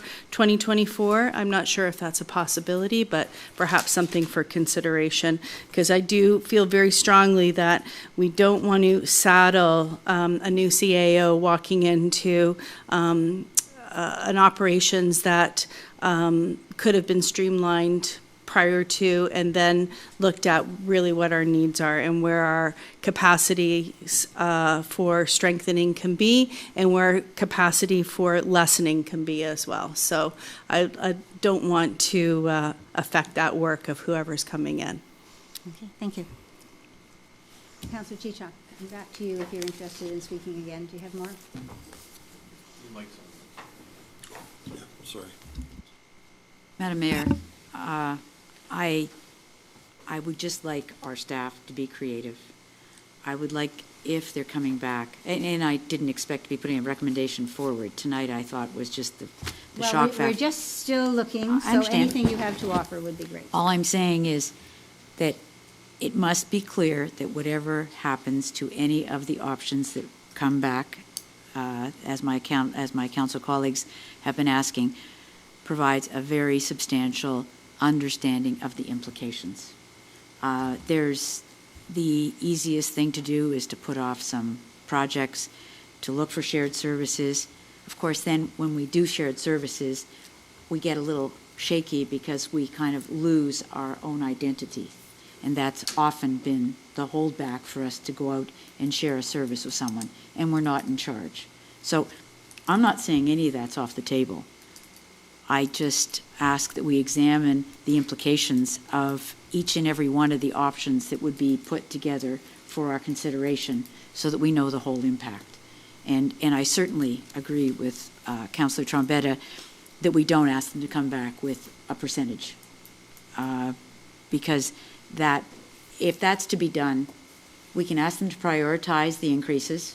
We can ask them to give us the ones they think are most vital to us, but it's council that has to make those decisions. It's not the staff's, because I think we're going to be cutting into a budget that is going to hurt no matter what we do.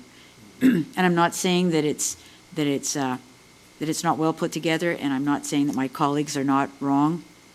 That's a couple negatives, isn't it? Are wrong in asking for it to be reduced, but I think that this is going to be very hard, and it will be a council decision that has to make it, not that of staff. They can give us all the information, prioritize it. We can choose to eliminate services, close our facilities, lay people off, but all of those are complex, and it's this group that is going to have to make that decision. So I look forward to hearing what the prioritization or any implications the staff can come up with, and the actual reduction that it will generate for us. Okay, thank you. Councillor Ballin, back to you. You got something to add in now? Sure. Okay, go ahead, please. I think that the community, listen to everybody around this table tonight, is sharing and bringing things and doing things together. And, you know, with the nice weather coming now, and everything's going to be outdoors now, a lot of outdoor stuff taking place. And I think as a community and the township, it would be nice to see if we could do some events for the summertime to get the community involved in some of our parks. We got some beautiful parks, Wallingport, just over here, we got one right in town. You know, just a couple of kids' days for a Saturday or something for them, but I don't know if we could ask Recreation to get involved in it or not, and see if we could bring something together for them. It's a very short window we're asking, I realize. Should have been done months ago, but if possible, it would be nice if they could look into that. So. Thank you. So, another round, anybody? Okay, go ahead. Thank you, Mayor. Thank you for allowing me just to make some comments. I have this slide on the screen because this is the slide that talks about reserves and how we fund capital. And I just want to let council know that moving a project a year will make no difference to this budget. The only way we can make a difference on the capital levy is by removing a project completely or moving it at least 5 years into the future. So when we're bringing back options, that's what those options will look like. Okay, that's a very fair comment, because I think we don't realize, I had a couple of questions that I had asked actually earlier in the day when I had a meeting with our director, and just, you know, some of the things that I thought jumped out at me that could be removed and save us some money are things that are being paid for elsewhere. It would have nothing to do with affecting the levy, and I think that's something that we don't always take into consideration, that some of the things that we look at, that we don't really realize how they're connected to each other, are often the kinds of things that jump out at us. I have a question, actually. So, and if I go back to the thing that was called the Santa Claus Parade, which Councillor Riley pointed out is not specifically that, but we currently have staff that have been doing, and this is my question to staff, that have been running Canada Day, running movies in the park, running, you know, along with Kiwanis, for example. I know, you know, operating music in the park. So if we've had people doing that anyway, And the market is a separate thing. I identify with that, and of course, so is the Santa Claus Parade. But does that require another full-time position, or is that something that could be looked at as a part-time position? And I know that the question of shared position came up, whether we share with another municipality, but I think that I would like to have staff look specifically at whether that position that is included in the budget could be less than a full-time position, considering we're doing many of those things anyway. They have been being done by staff, and so I think the use of staff perhaps we need to look at, but I don't disagree that we need some support for our parade if the parade's going to go further. And I know this is not going to be very popular because we did go to the province trying to get more money for the library, hoping that they would look at the Public Libraries Act, hoping that they would look at increasing our grant. I will repeat that in 2013, the library received from the province $22,900, and that's all they have received. And I know that that was the amount for many years prior to that, although I don't have the data to prove that. I do know it because I was on that board. But in 2023, it was still $22,900. So we did delegate at Roma and try to entice that conversation and hope that the province would look at that. But that's not going to happen this year if it happens again. So I am going to ask that the library go back and look at needs versus wants in terms of their budget as well. It gives me a great deal of pain to say that, but I think in this time when we're looking at having to make very severe cuts, that the library needs to look at that as well. Things like the garden or the garden cover or signage or rebranding. This might just not be the year for that. So I know that we have a couple of representatives, and I'm just very hopeful that maybe we can find some savings there.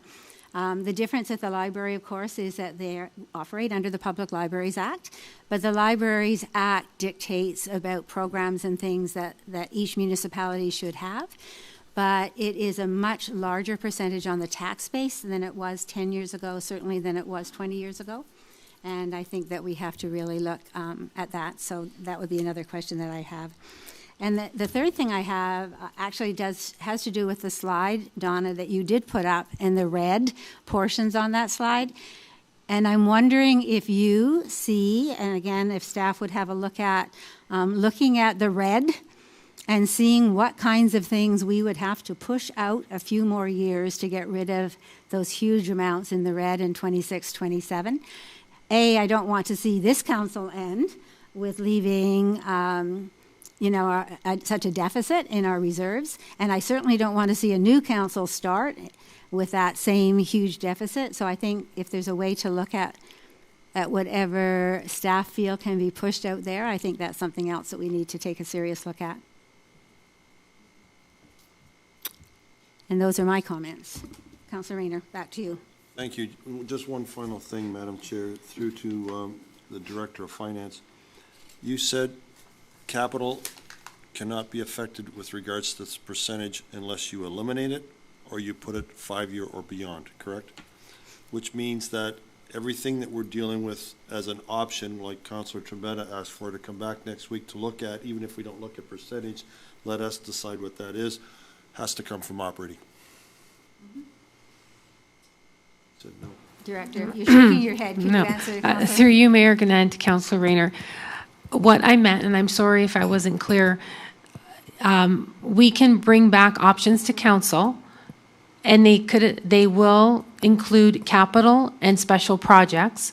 However, the options we give will not say, oh, instead of doing it in 2024, we're going to do it in 2025. The option will be, we're never going to do it, or we're going to do it 5 years in the future. So we will be looking at capital projects and special projects. But only with those two options. Moving a project 1 year into the future, because the way we fund our reserves, it will not have an impact on the levy. I wish it could, but it doesn't. Madam Mayor, so the rest will come from operating, something to deal we have to eliminate from operating will be a direct influence on how we reduce that percentage, correct? We will provide options. Thank you. Okay. So that was the third time for Councillor Rayner. Anyone else with something further? We've exhausted it for tonight? Yeah, we'll go back to, before we go any further. So at this, again, go ahead. Which hat are you wearing? Are you No, wearing a sorry. CAO hat or are you wearing your treasurer's hat? Sorry, Mayor Gannon, thank you. Just for further clarification, when we come back with options, does council want to see service cuts? Or are we to just look at what we can do without cutting services? And by that, I mean removing staff, removing projects that may have started. Just a little bit more guidance. Do you want to see service cuts as options? Okay, so you two were busy chatting. Did you hear the question? Do we want to see service cuts in our options? So now some hands. Okay, so Councillor Chitrop, we'll go to you first. I believe that we can leave no rock unturned, but I think that rather than service cuts, maybe the idea of looking at how departments function now. We've grown, and we now have new eyes with an interim CAO and a director of Parks, Public Works and Recreation that may see deficiencies or may see complications, or, you know, our MPP is in charge of eliminating the red tape. If there's a time to look at what we do and how it might be better done by rearranging our departments, look, you've got a short time turnover. I'm not expecting a miracle. So I'm just saying, if there's anything obvious, look at those first. Service cuts or redirections of staff, I don't think that's the number one on our list. But I think that if there's an obvious thing that has troubled, pardon me, I'm choking up without even thinking about it. If there's anything obvious, we could possibly have those looked at and brought forward. And if they're not easy, I guess we're saying service cuts. Okay, we will go back over the list that we have so that we clarify exactly what we're asking staff to do. Councillor Trombetta. Yeah, just to kind of talk a little bit of what my colleague was saying across the table here. Nobody wants to see service cuts. Nobody wants to see anybody's jobs lost. That's not what this council wants. Is we open for the idea of maybe utilizing positions in other departments. If that's what it's going to have to come to, then that's what it's going to have to continue service levels, and that's what we'll have to put our heads together with the acting CAO of maybe allocating positions to help other departments. I think that's one thing that we can decide as a council, or help or assist with the, trying to meet the needs of other departments that are needing some things in their department. I'll be first. Like if and I work in municipal government. If they came to me and said, Jason, we need you to help out in here, it's my choice to say yes or no. And if your wage is the same, and my superiors came to me and said, we need you to assist in this department, it's my decision to say yes or no. Or, unfortunately, if I do not say yes or no, it's possibility of service cuts. So again, I wanted to make very clear that this council is not looking at cutting services or cutting any positions at any moment. But if it's piggybacking on other departments to help out, I think that's what, I think maybe we can figure out some ways of saving some costs there, madam. So you're talking about looking for efficiencies as opposed to... More of efficiencies, more of utilizing people from different departments to help out the many of the 4 or 5 big departments that we have. And that'll have the CAO dealing with the directors on what someone can be allocated to do to help some service levels. Fair enough. Okay. Councillor Riley. Thank you, Madam Mayor. I'm going to go to our budget survey results here. It doesn't make the presentation there. I'm not too sure how. I'm sure that people just got to tune into the website to get it. But when we look at even what our staff has scored, the 2 areas that stand out the most is, one, surprisingly, increased taxes to modernize and maintain services, and the other one is to increase user fees for programs used by residents and the broader community. Even the next one up is to cut services to maintain current levels of taxes. So when you look at the voice of the people and kind of where they're at, I think that kind of says we're kind of looking for some kind of model that maybe recognizes one of those, one each of those categories. So if we have one that kind of encompasses or incorporates what you recommended, then the one below can kind of show us also what one looks like if we actually do do what we need to do to maintain stuff, and then another one could essentially be what we could do in a broader sense, and this doesn't necessarily impact taxes as dramatically as some of the other stuff, but, you know, what we could do in terms of programs and those user fees and how that could offset anything, I guess, more specifically to the community center and other services outside of that. But if we look at even just what people are asking for those who took the time to do the survey, you know, it's kind of a 50-50. So I think we got to find the common ground as well, and maybe split that difference somehow, but I think that's where we need to prioritize. And when you're looking at how to figure out what to bring back to council, that would be my ask, is if we can kind of see one and the other. And as you talk about that, around town, there has also been some discussion about non-residential user fees, and that hasn't been really part of what we've done. You're right, also. absolutely. So, you know, perhaps that's something that would come up. So before I go to you, Councillor Rayner, I'm just going to double check with Councillor Broderick to see if she has anything further. Councillor Bell, anything further on that round? Okay, so Councillor Rayner. Thank you. Further to what Councilor Trombetta said, a good example is there's only one request on this budget that included the hiring for the events coordinator with that position. This is an opportunity to see, can we possibly get that covered by utilizing different departments and different people and save that hiring? There's a perfect example of, we've got a hiring that we may have to have, but if we can coordinate this well and work it out, we may be able to cover that off, save that, and there you go. We're almost 1% of that saved already, because it's 86,000 or something. 90,800 equals 1%. So we're well on our way. Just by utilizing, hasn't affected people. Nobody lost their jobs, and yet we've got the job accomplished. So it's share work. So Councilor Trombetta was right on, but I think this is the perfect example, because there's only one hiring. Let's see if we can accomplish that without having to hire. Thank you. Okay, Councillor Chichok. I think the reason I mentioned, I think Councillor Trombetta put it very eloquently, and the reason I said prioritize is I was probably speaking to staff more than I was to the public. I don't want to see anybody lose their jobs. I want to see us redirect to the priorities. So staff need to look at how the least impact. They've asked for a number of jobs. It's not like it's only one job. That's what's included in the budget. You said you needed all these other ones to keep the place going at the level that we want here. So the question is, tell us the implications of what it is and how we would firefight the budget this year. And Chief, that goes to you too.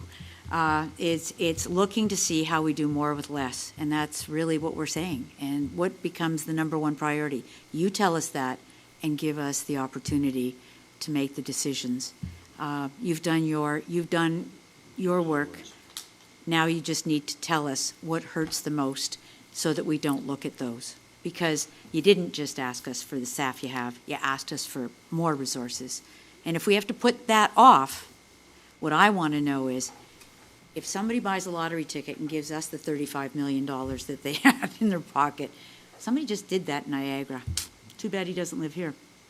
But if something happened, or if assessments started to come in and taxes were there, we have ways of bridging the gap this year, and we could look at what the priorities are if we had to add back. And it would give us a start for next year. How much of a risk are we willing to take?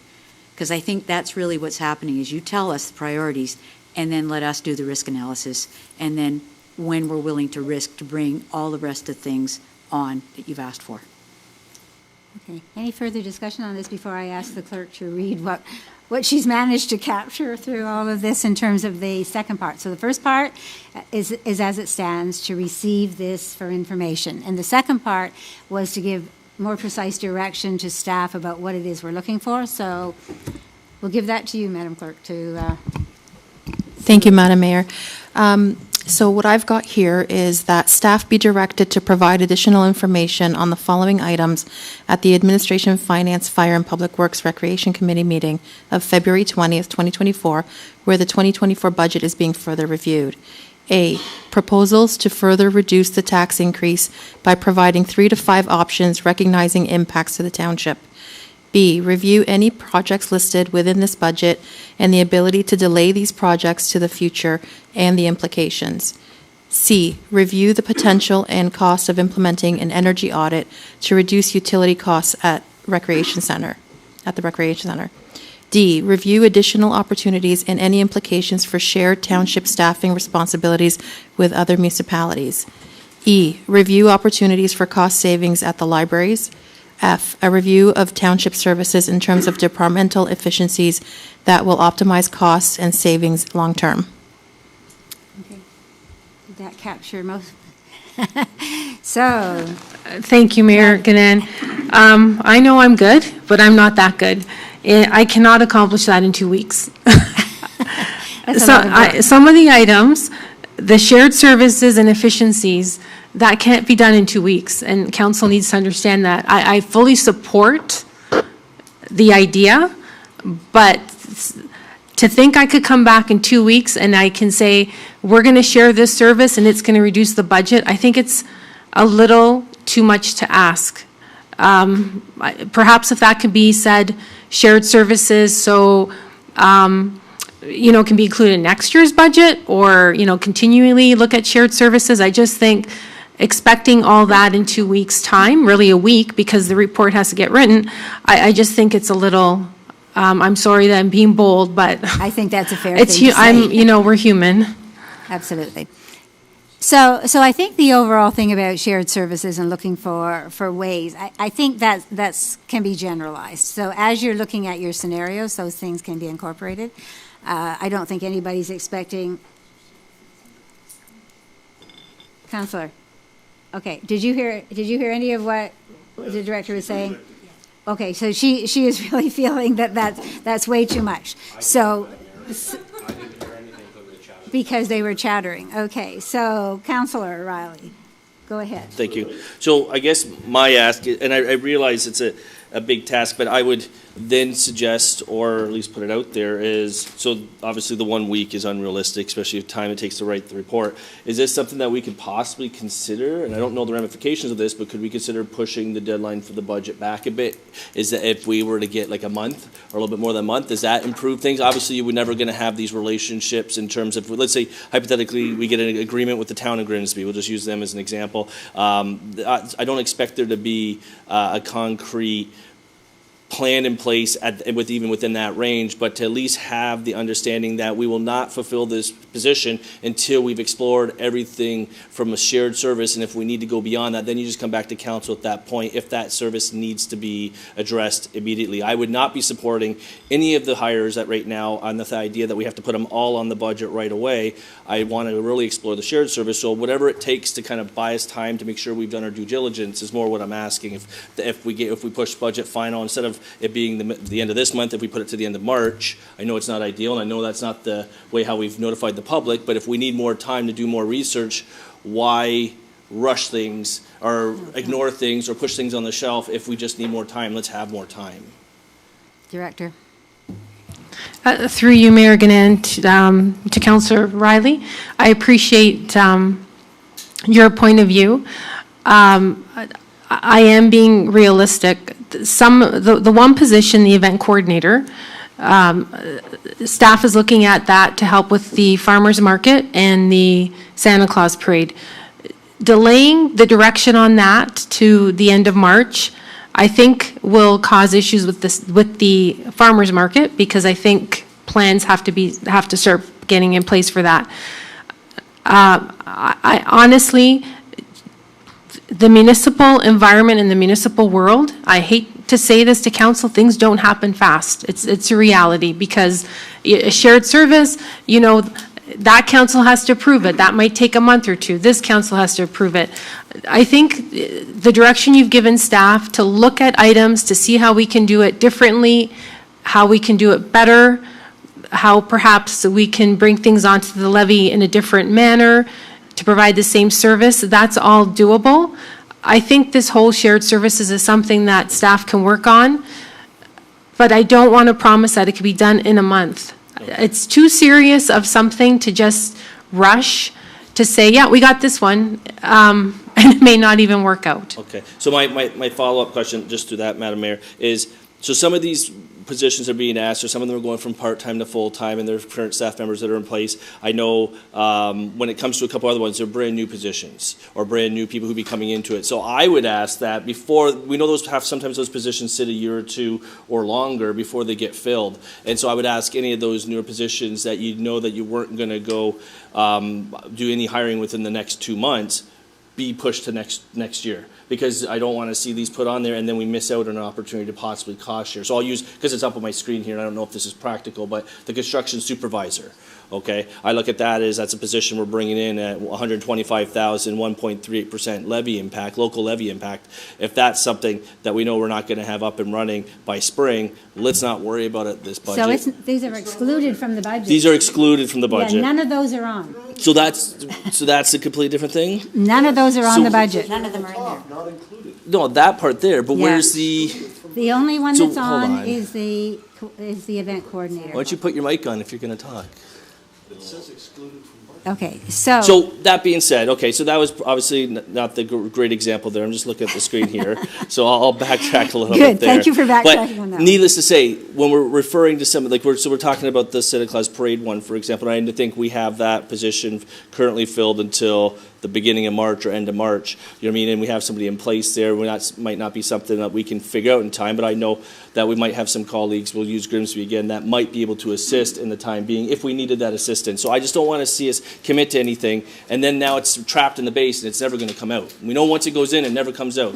It's amazing how that works. So none of those that you worried about were That particular That's list the there, only one, that's a different one. And we have asked already specifically for that to Correct. be looked at. So we're okay, I think. So, no, and that part I get, and I just wanted to make sure that that's expressed and, that understanding is there. So anyways, okay, so I'll let you have a thought back there as I try to We're good? get my screen together here. Okay, so anyone on this side with further I comments? just said because it came up on the screen, I used it as an example. Okay, so Director, are you fine if we take that out of what the clerk just read? She can eliminate faster than she can put it in, that's okay, because we understand exactly what you're saying, and we really need something realistic to be able to put together a budget, and we know that we need a budget. And putting it off is not the answer. Obviously, we need to have a budget, we need to know what we're working with. So if we remove, yeah. Oh, well, wait a minute, you're asking for something tricky of, it can't go up very well, Justin? Okay. Okay, let's try to remove any reference to the job sharing, Can you not remain as explore, as the director mentioned? yeah, She just They- wanted to rephrase so it wasn't a priority. yeah. So they just want it up so that people can see. That's the technical difficulty right now. Okay, so although we have a very experienced clerk, she's not experienced with Madam Mayor? scribe. Can I ask a question? Go ahead. Madam Mayor, through you to Director DePaula, the Murgatroyd Trail, that's something else that's under reconstruction, under Parks and Recreation, like how, you know, how severe is the trail for reconstruction? I haven't been out there and I'm not too familiar with that project. Well, we've completed the design for it, we're ready to tender it. At the end of 2023, there was a funding opportunity and we applied for it, but we were unsuccessful, so now we got it in this year's budget. The trail doesn't meet accessibility criteria. There's a steep slope on the trail. The asphalt pathway is in horrible condition, and there's a lot of drainage concerns there, so it is a liability For accessibility? for accessibility, yeah. Okay. Just things like that, it's just, Yep. at least that gives us more around. And we are applying for that project there, Councillor Trombetta. There is another funding opportunity. It's called the Ontario Trillion Grant. So Will it be we are available we are applying for If that. it's done, we can still apply for it? No, we're applying for it now, and if we get the funding for it, then it will change So can we put this how we're funding the project. project on hold until we secure the funding? If We- we secure? Well, yeah, I don't know. I guess that's a Through you, question Madam for Mayor. Donna. Well, Does that- it needs to be a shovel-ready proposal, which this is, so it could be dependent upon funding. So can that something that this committee look at possibly? And Well, we could remove it from this year's budget, and then you're suggesting if we get the funding, then we include it in the budget? Well, But if we don't get the funding, then we're only pushing it back 1 year, and as Donna mentioned earlier, moving a project 1 or 2 years doesn't really help. well, but again, we're also getting funding for it, a possibility of funding for it. So will that, there's a possibility of funding. I know we haven't secured it yet, but I know it's a tough one to all put our heads together saying, well, there's a possibility we might have it, and then if we don't, then it's gonna push it back 5 years, and that can't happen either. I get what you're Well, getting and at. it can't happen because of the accessibility issue as Oh, well. I'm fully aware of So those pressures, So it right? becomes, When's it, sorry, through you, Madam Mayor, to Mr., when's the next round of applying for the funding coming, you just said? For this particular grant, I think the deadline is end of February to apply for it. And then, How long does it take to get back? yeah, it takes maybe 2, 3, 4 months before we get a decision. So through you, Madam Mayor, to Acting CAO DeFilippis, what options do I have here? Through you, Mayor Gannon, to Councilor Trebetta, in a situation like that, staff will put it in the application, and because staff know they may have to wait two months to hear an answer, we would budget for it as though it's being budgeted by reserve, wait for an answer from the funding authorities. If we receive the grant, we would come back to council, tell you the good news, and start the project. So in a lot of these cases, we don't start the project till we know whether or not we got the grant. Okay. But my advice is still budget for it, because as I mentioned, moving it a year will not make a difference in terms of how we fund it with our reserves. Okay. Thank you, Madam Mayor. I was just going to say, like, I was kind of curious how that would work, how the optics of that would work, because if we don't budget for it and then we do it later, it's still going to impact the budget, it's going to impact people later, so it just kind of, putting off. yeah. Okay. Councillor Chichok. I really think that we can't go into an ad hoc, let's try and get the budget done here tonight. No. And I think that if our staff are left to prioritize and forget about reaching out to our neighboring municipalities or going hat in hand to the province, we might get some ideas. And if it gives us no ideas, we know what the increase is to our taxes. But if they prioritize what they're going to tell us, we know how hard a cut it is. Are we closing the Murgatroyd Trail, which is, that's what you do. That means no one can use it. Not people with disabilities, Then not it's closed able-bodied. altogether. It's closed. Looking at cost efficiencies, gosh, people have done that for years. So if there's any left, good for you. But elsewise, I think that we are going to be sitting here, and if we want to ad hocery it, we'll all have our favorite I know. projects. So I just don't want to start flipping things around, which the paper will look at and say, look at what they're cutting out of the budget, when that's just a discussion right tonight. Exactly. Okay, so let's go back to our resolution. Okay. Okay, so here we go. We can't put it on the screen, so listen carefully, please. Okay. Okay. Okay, so, well, just, this is oral, just your ears. Nothing on the screen. So, Madam Mayor, I will go slowly one by one, just so we can have the ability to review each item. So the first is that we're bringing back to the February 20th Administration, Finance, Fire, and Public Works Committee. The first is proposals to further reduce the tax increase by providing for 3 to 5 options, recognizing impacts to the township. Okay. The second is review any projects listed within this budget and the ability to delay these projects to the future and the implications. The third is review the potential and cost of implementing an energy audit to reduce utility costs at the recreation center. So do you want that?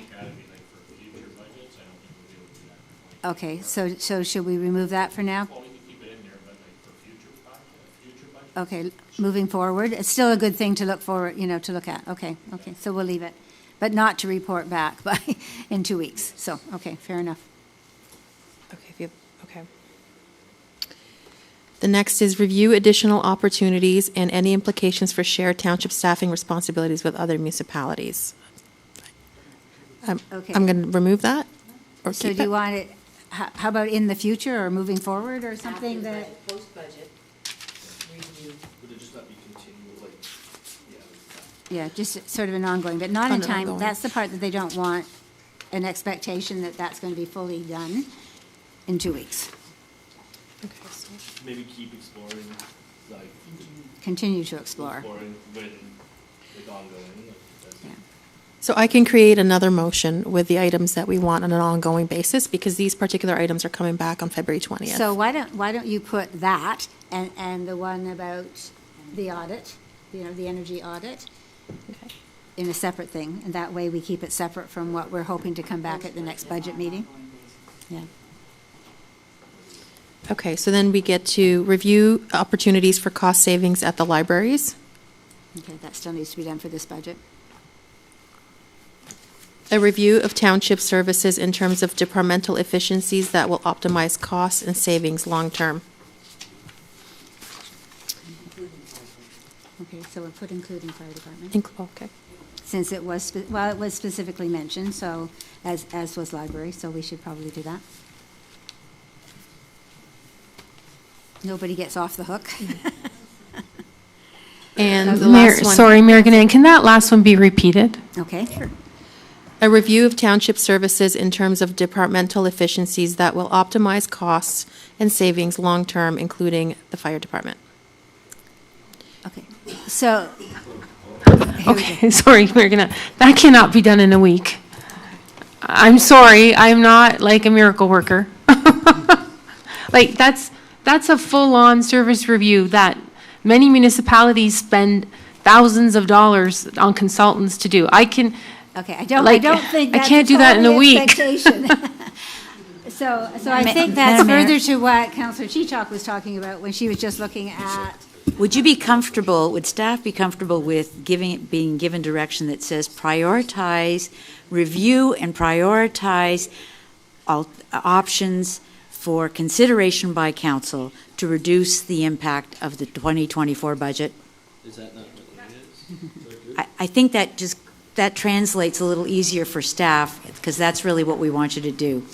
Through ask you, me to- Mayor Gannon, I think, like, asking to bring back 3 or 5 options, that is the understanding. Like, those options would you're going to be come, looking at everything. those options would only come through looking at what we feel we can attain in this year. That's the understanding.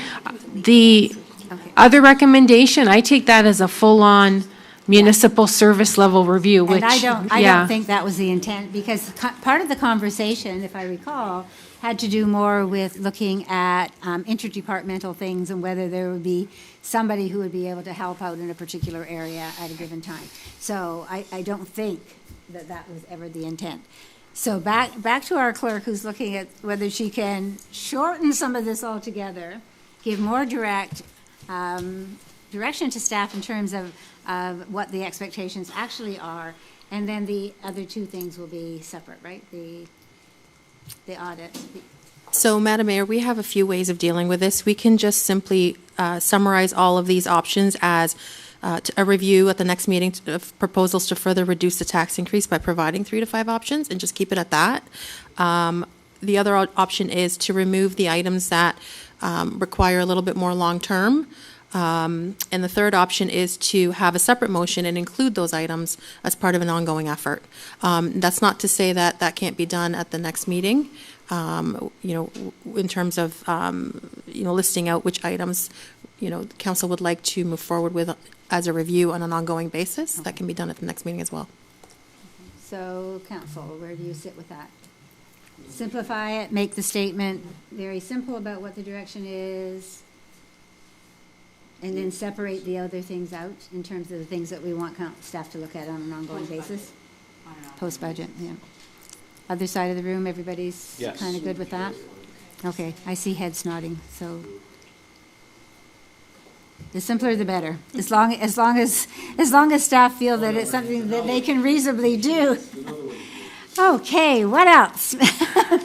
Through you, Mayor, Director, what's your through you, Mayor Gannon, I think it's important that the resolution does speak specifically to the library, because they are their own board. They are. Because asking staff to do options, it's very difficult, because I don't have the same level of control, I will say, over library expenditure. So I do think that needs to be a separate recommendation.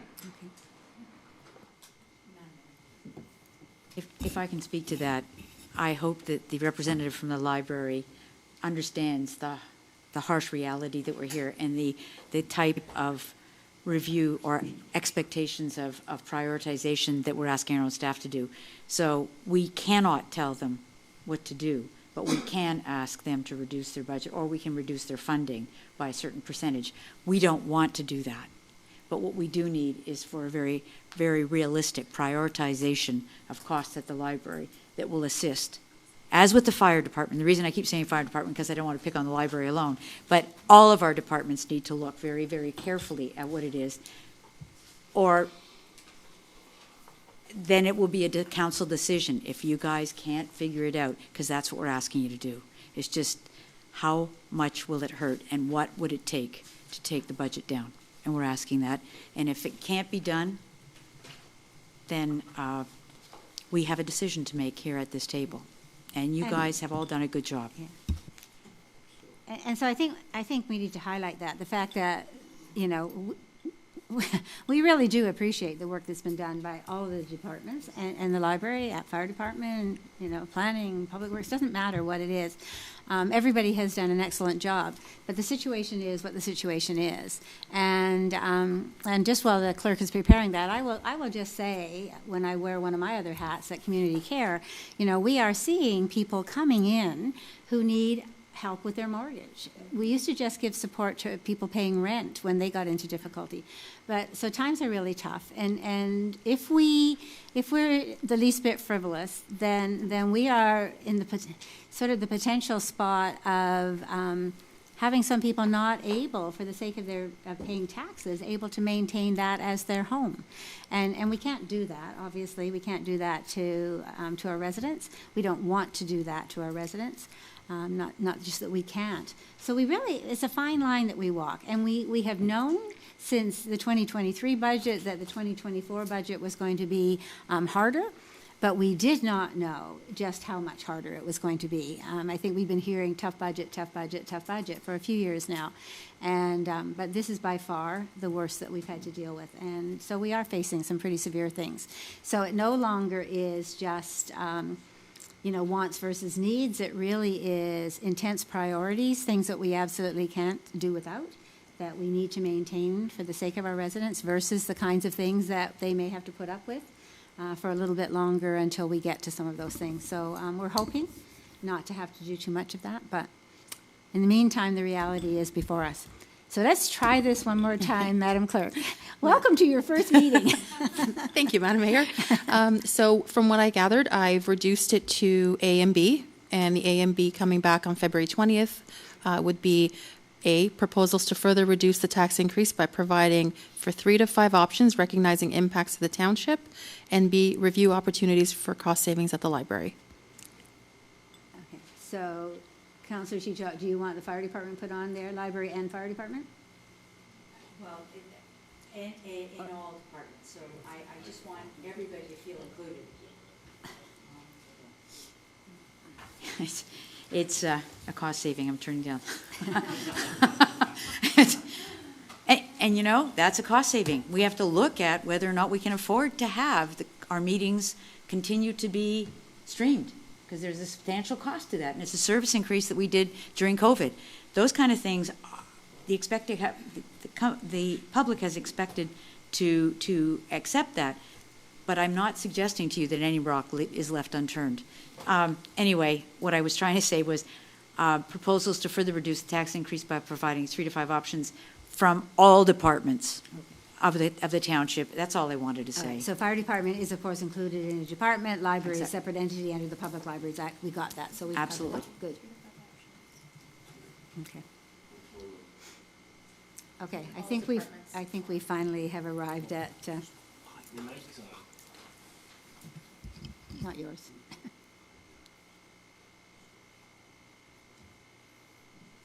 Madam Mayor, I've included in the first item proposals to further reduce the tax increase by providing for 3 to 5 options in all departments, recognizing impacts to the township. Okay, that will satisfy your all departments, and the second one, of course, is just related to the library. Okay. That's correct. Okay, so we have a resolution, unless there's any further discussion on any of this. So the resolution as it stands was a long time ago, moved by Councillor Trombetta, seconded by Councillor Chichok, that information report T-03-2024 regarding the 2024 draft operating and capital budget dated February 5th, 2024 be received. And you have just heard the second portion of that read again, and so we've kind of nodded in agreement to that. Madam Mayor, I will open up the voting for the amendment first, and then the receipt portion of the Okay, report. So you're one moment, voting please. just on the amendment, which is the B part, the part that we've been over and over and over. Do you know, we'll talk about that later, that you can tap it to keep it open? Okay. Trombetta and Chichok, yeah. Okay, so it hasn't come up. You're still working on that? Okay, there we go. So it should be in front of you. And you don't have it, Councillor Rayner? Okay. Are you in support? Okay, and Councillor Rayner's in support.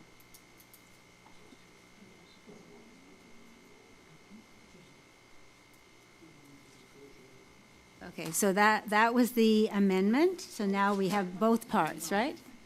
when the next part comes up. Okay, so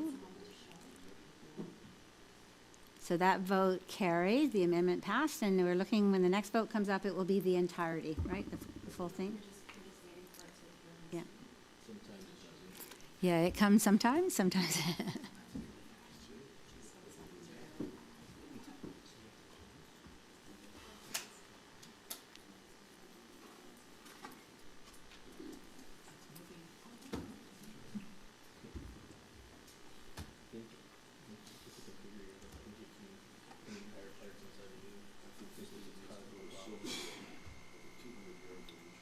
Okay, this is a little trickier.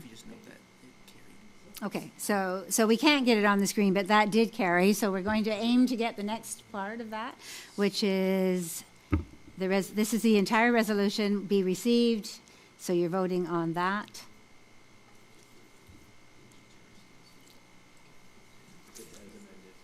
Okay. Okay, so again, you don't have it, so yes, he's in support.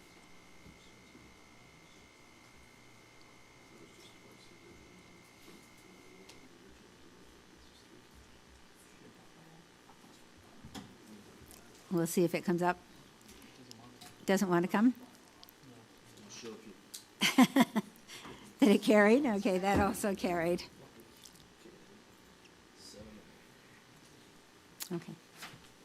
Okay, we're good? Okay. So that takes us then to bylaws. And so Councillor Broderick, you have bylaws this evening. Yes, Madam Mayor, moved by myself that, one, that leave be granted to introduce bylaw 2024-08, and that the same shall be considered to have been read a first, second, and third time with one reading and hereby adopted, and that, two, the mayor and clerk be and hereby authorized to sign and affix a corporate seal thereto, any rule of this council, to the contrary notwithstanding.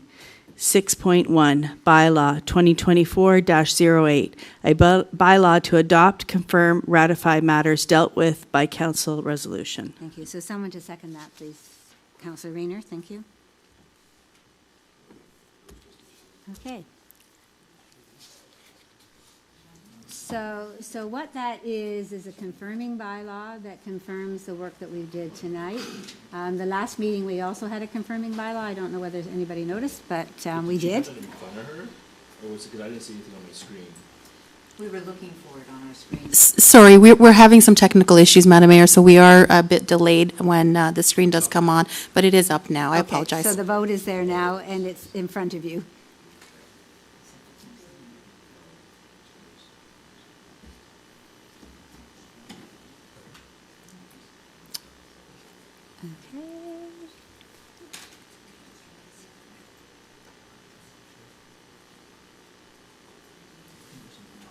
Okay, and that also carries, so the bylaws. And so I will now declare at the hour of, what do we have? 8:55 on the computer, that this meeting is adjourned for this evening.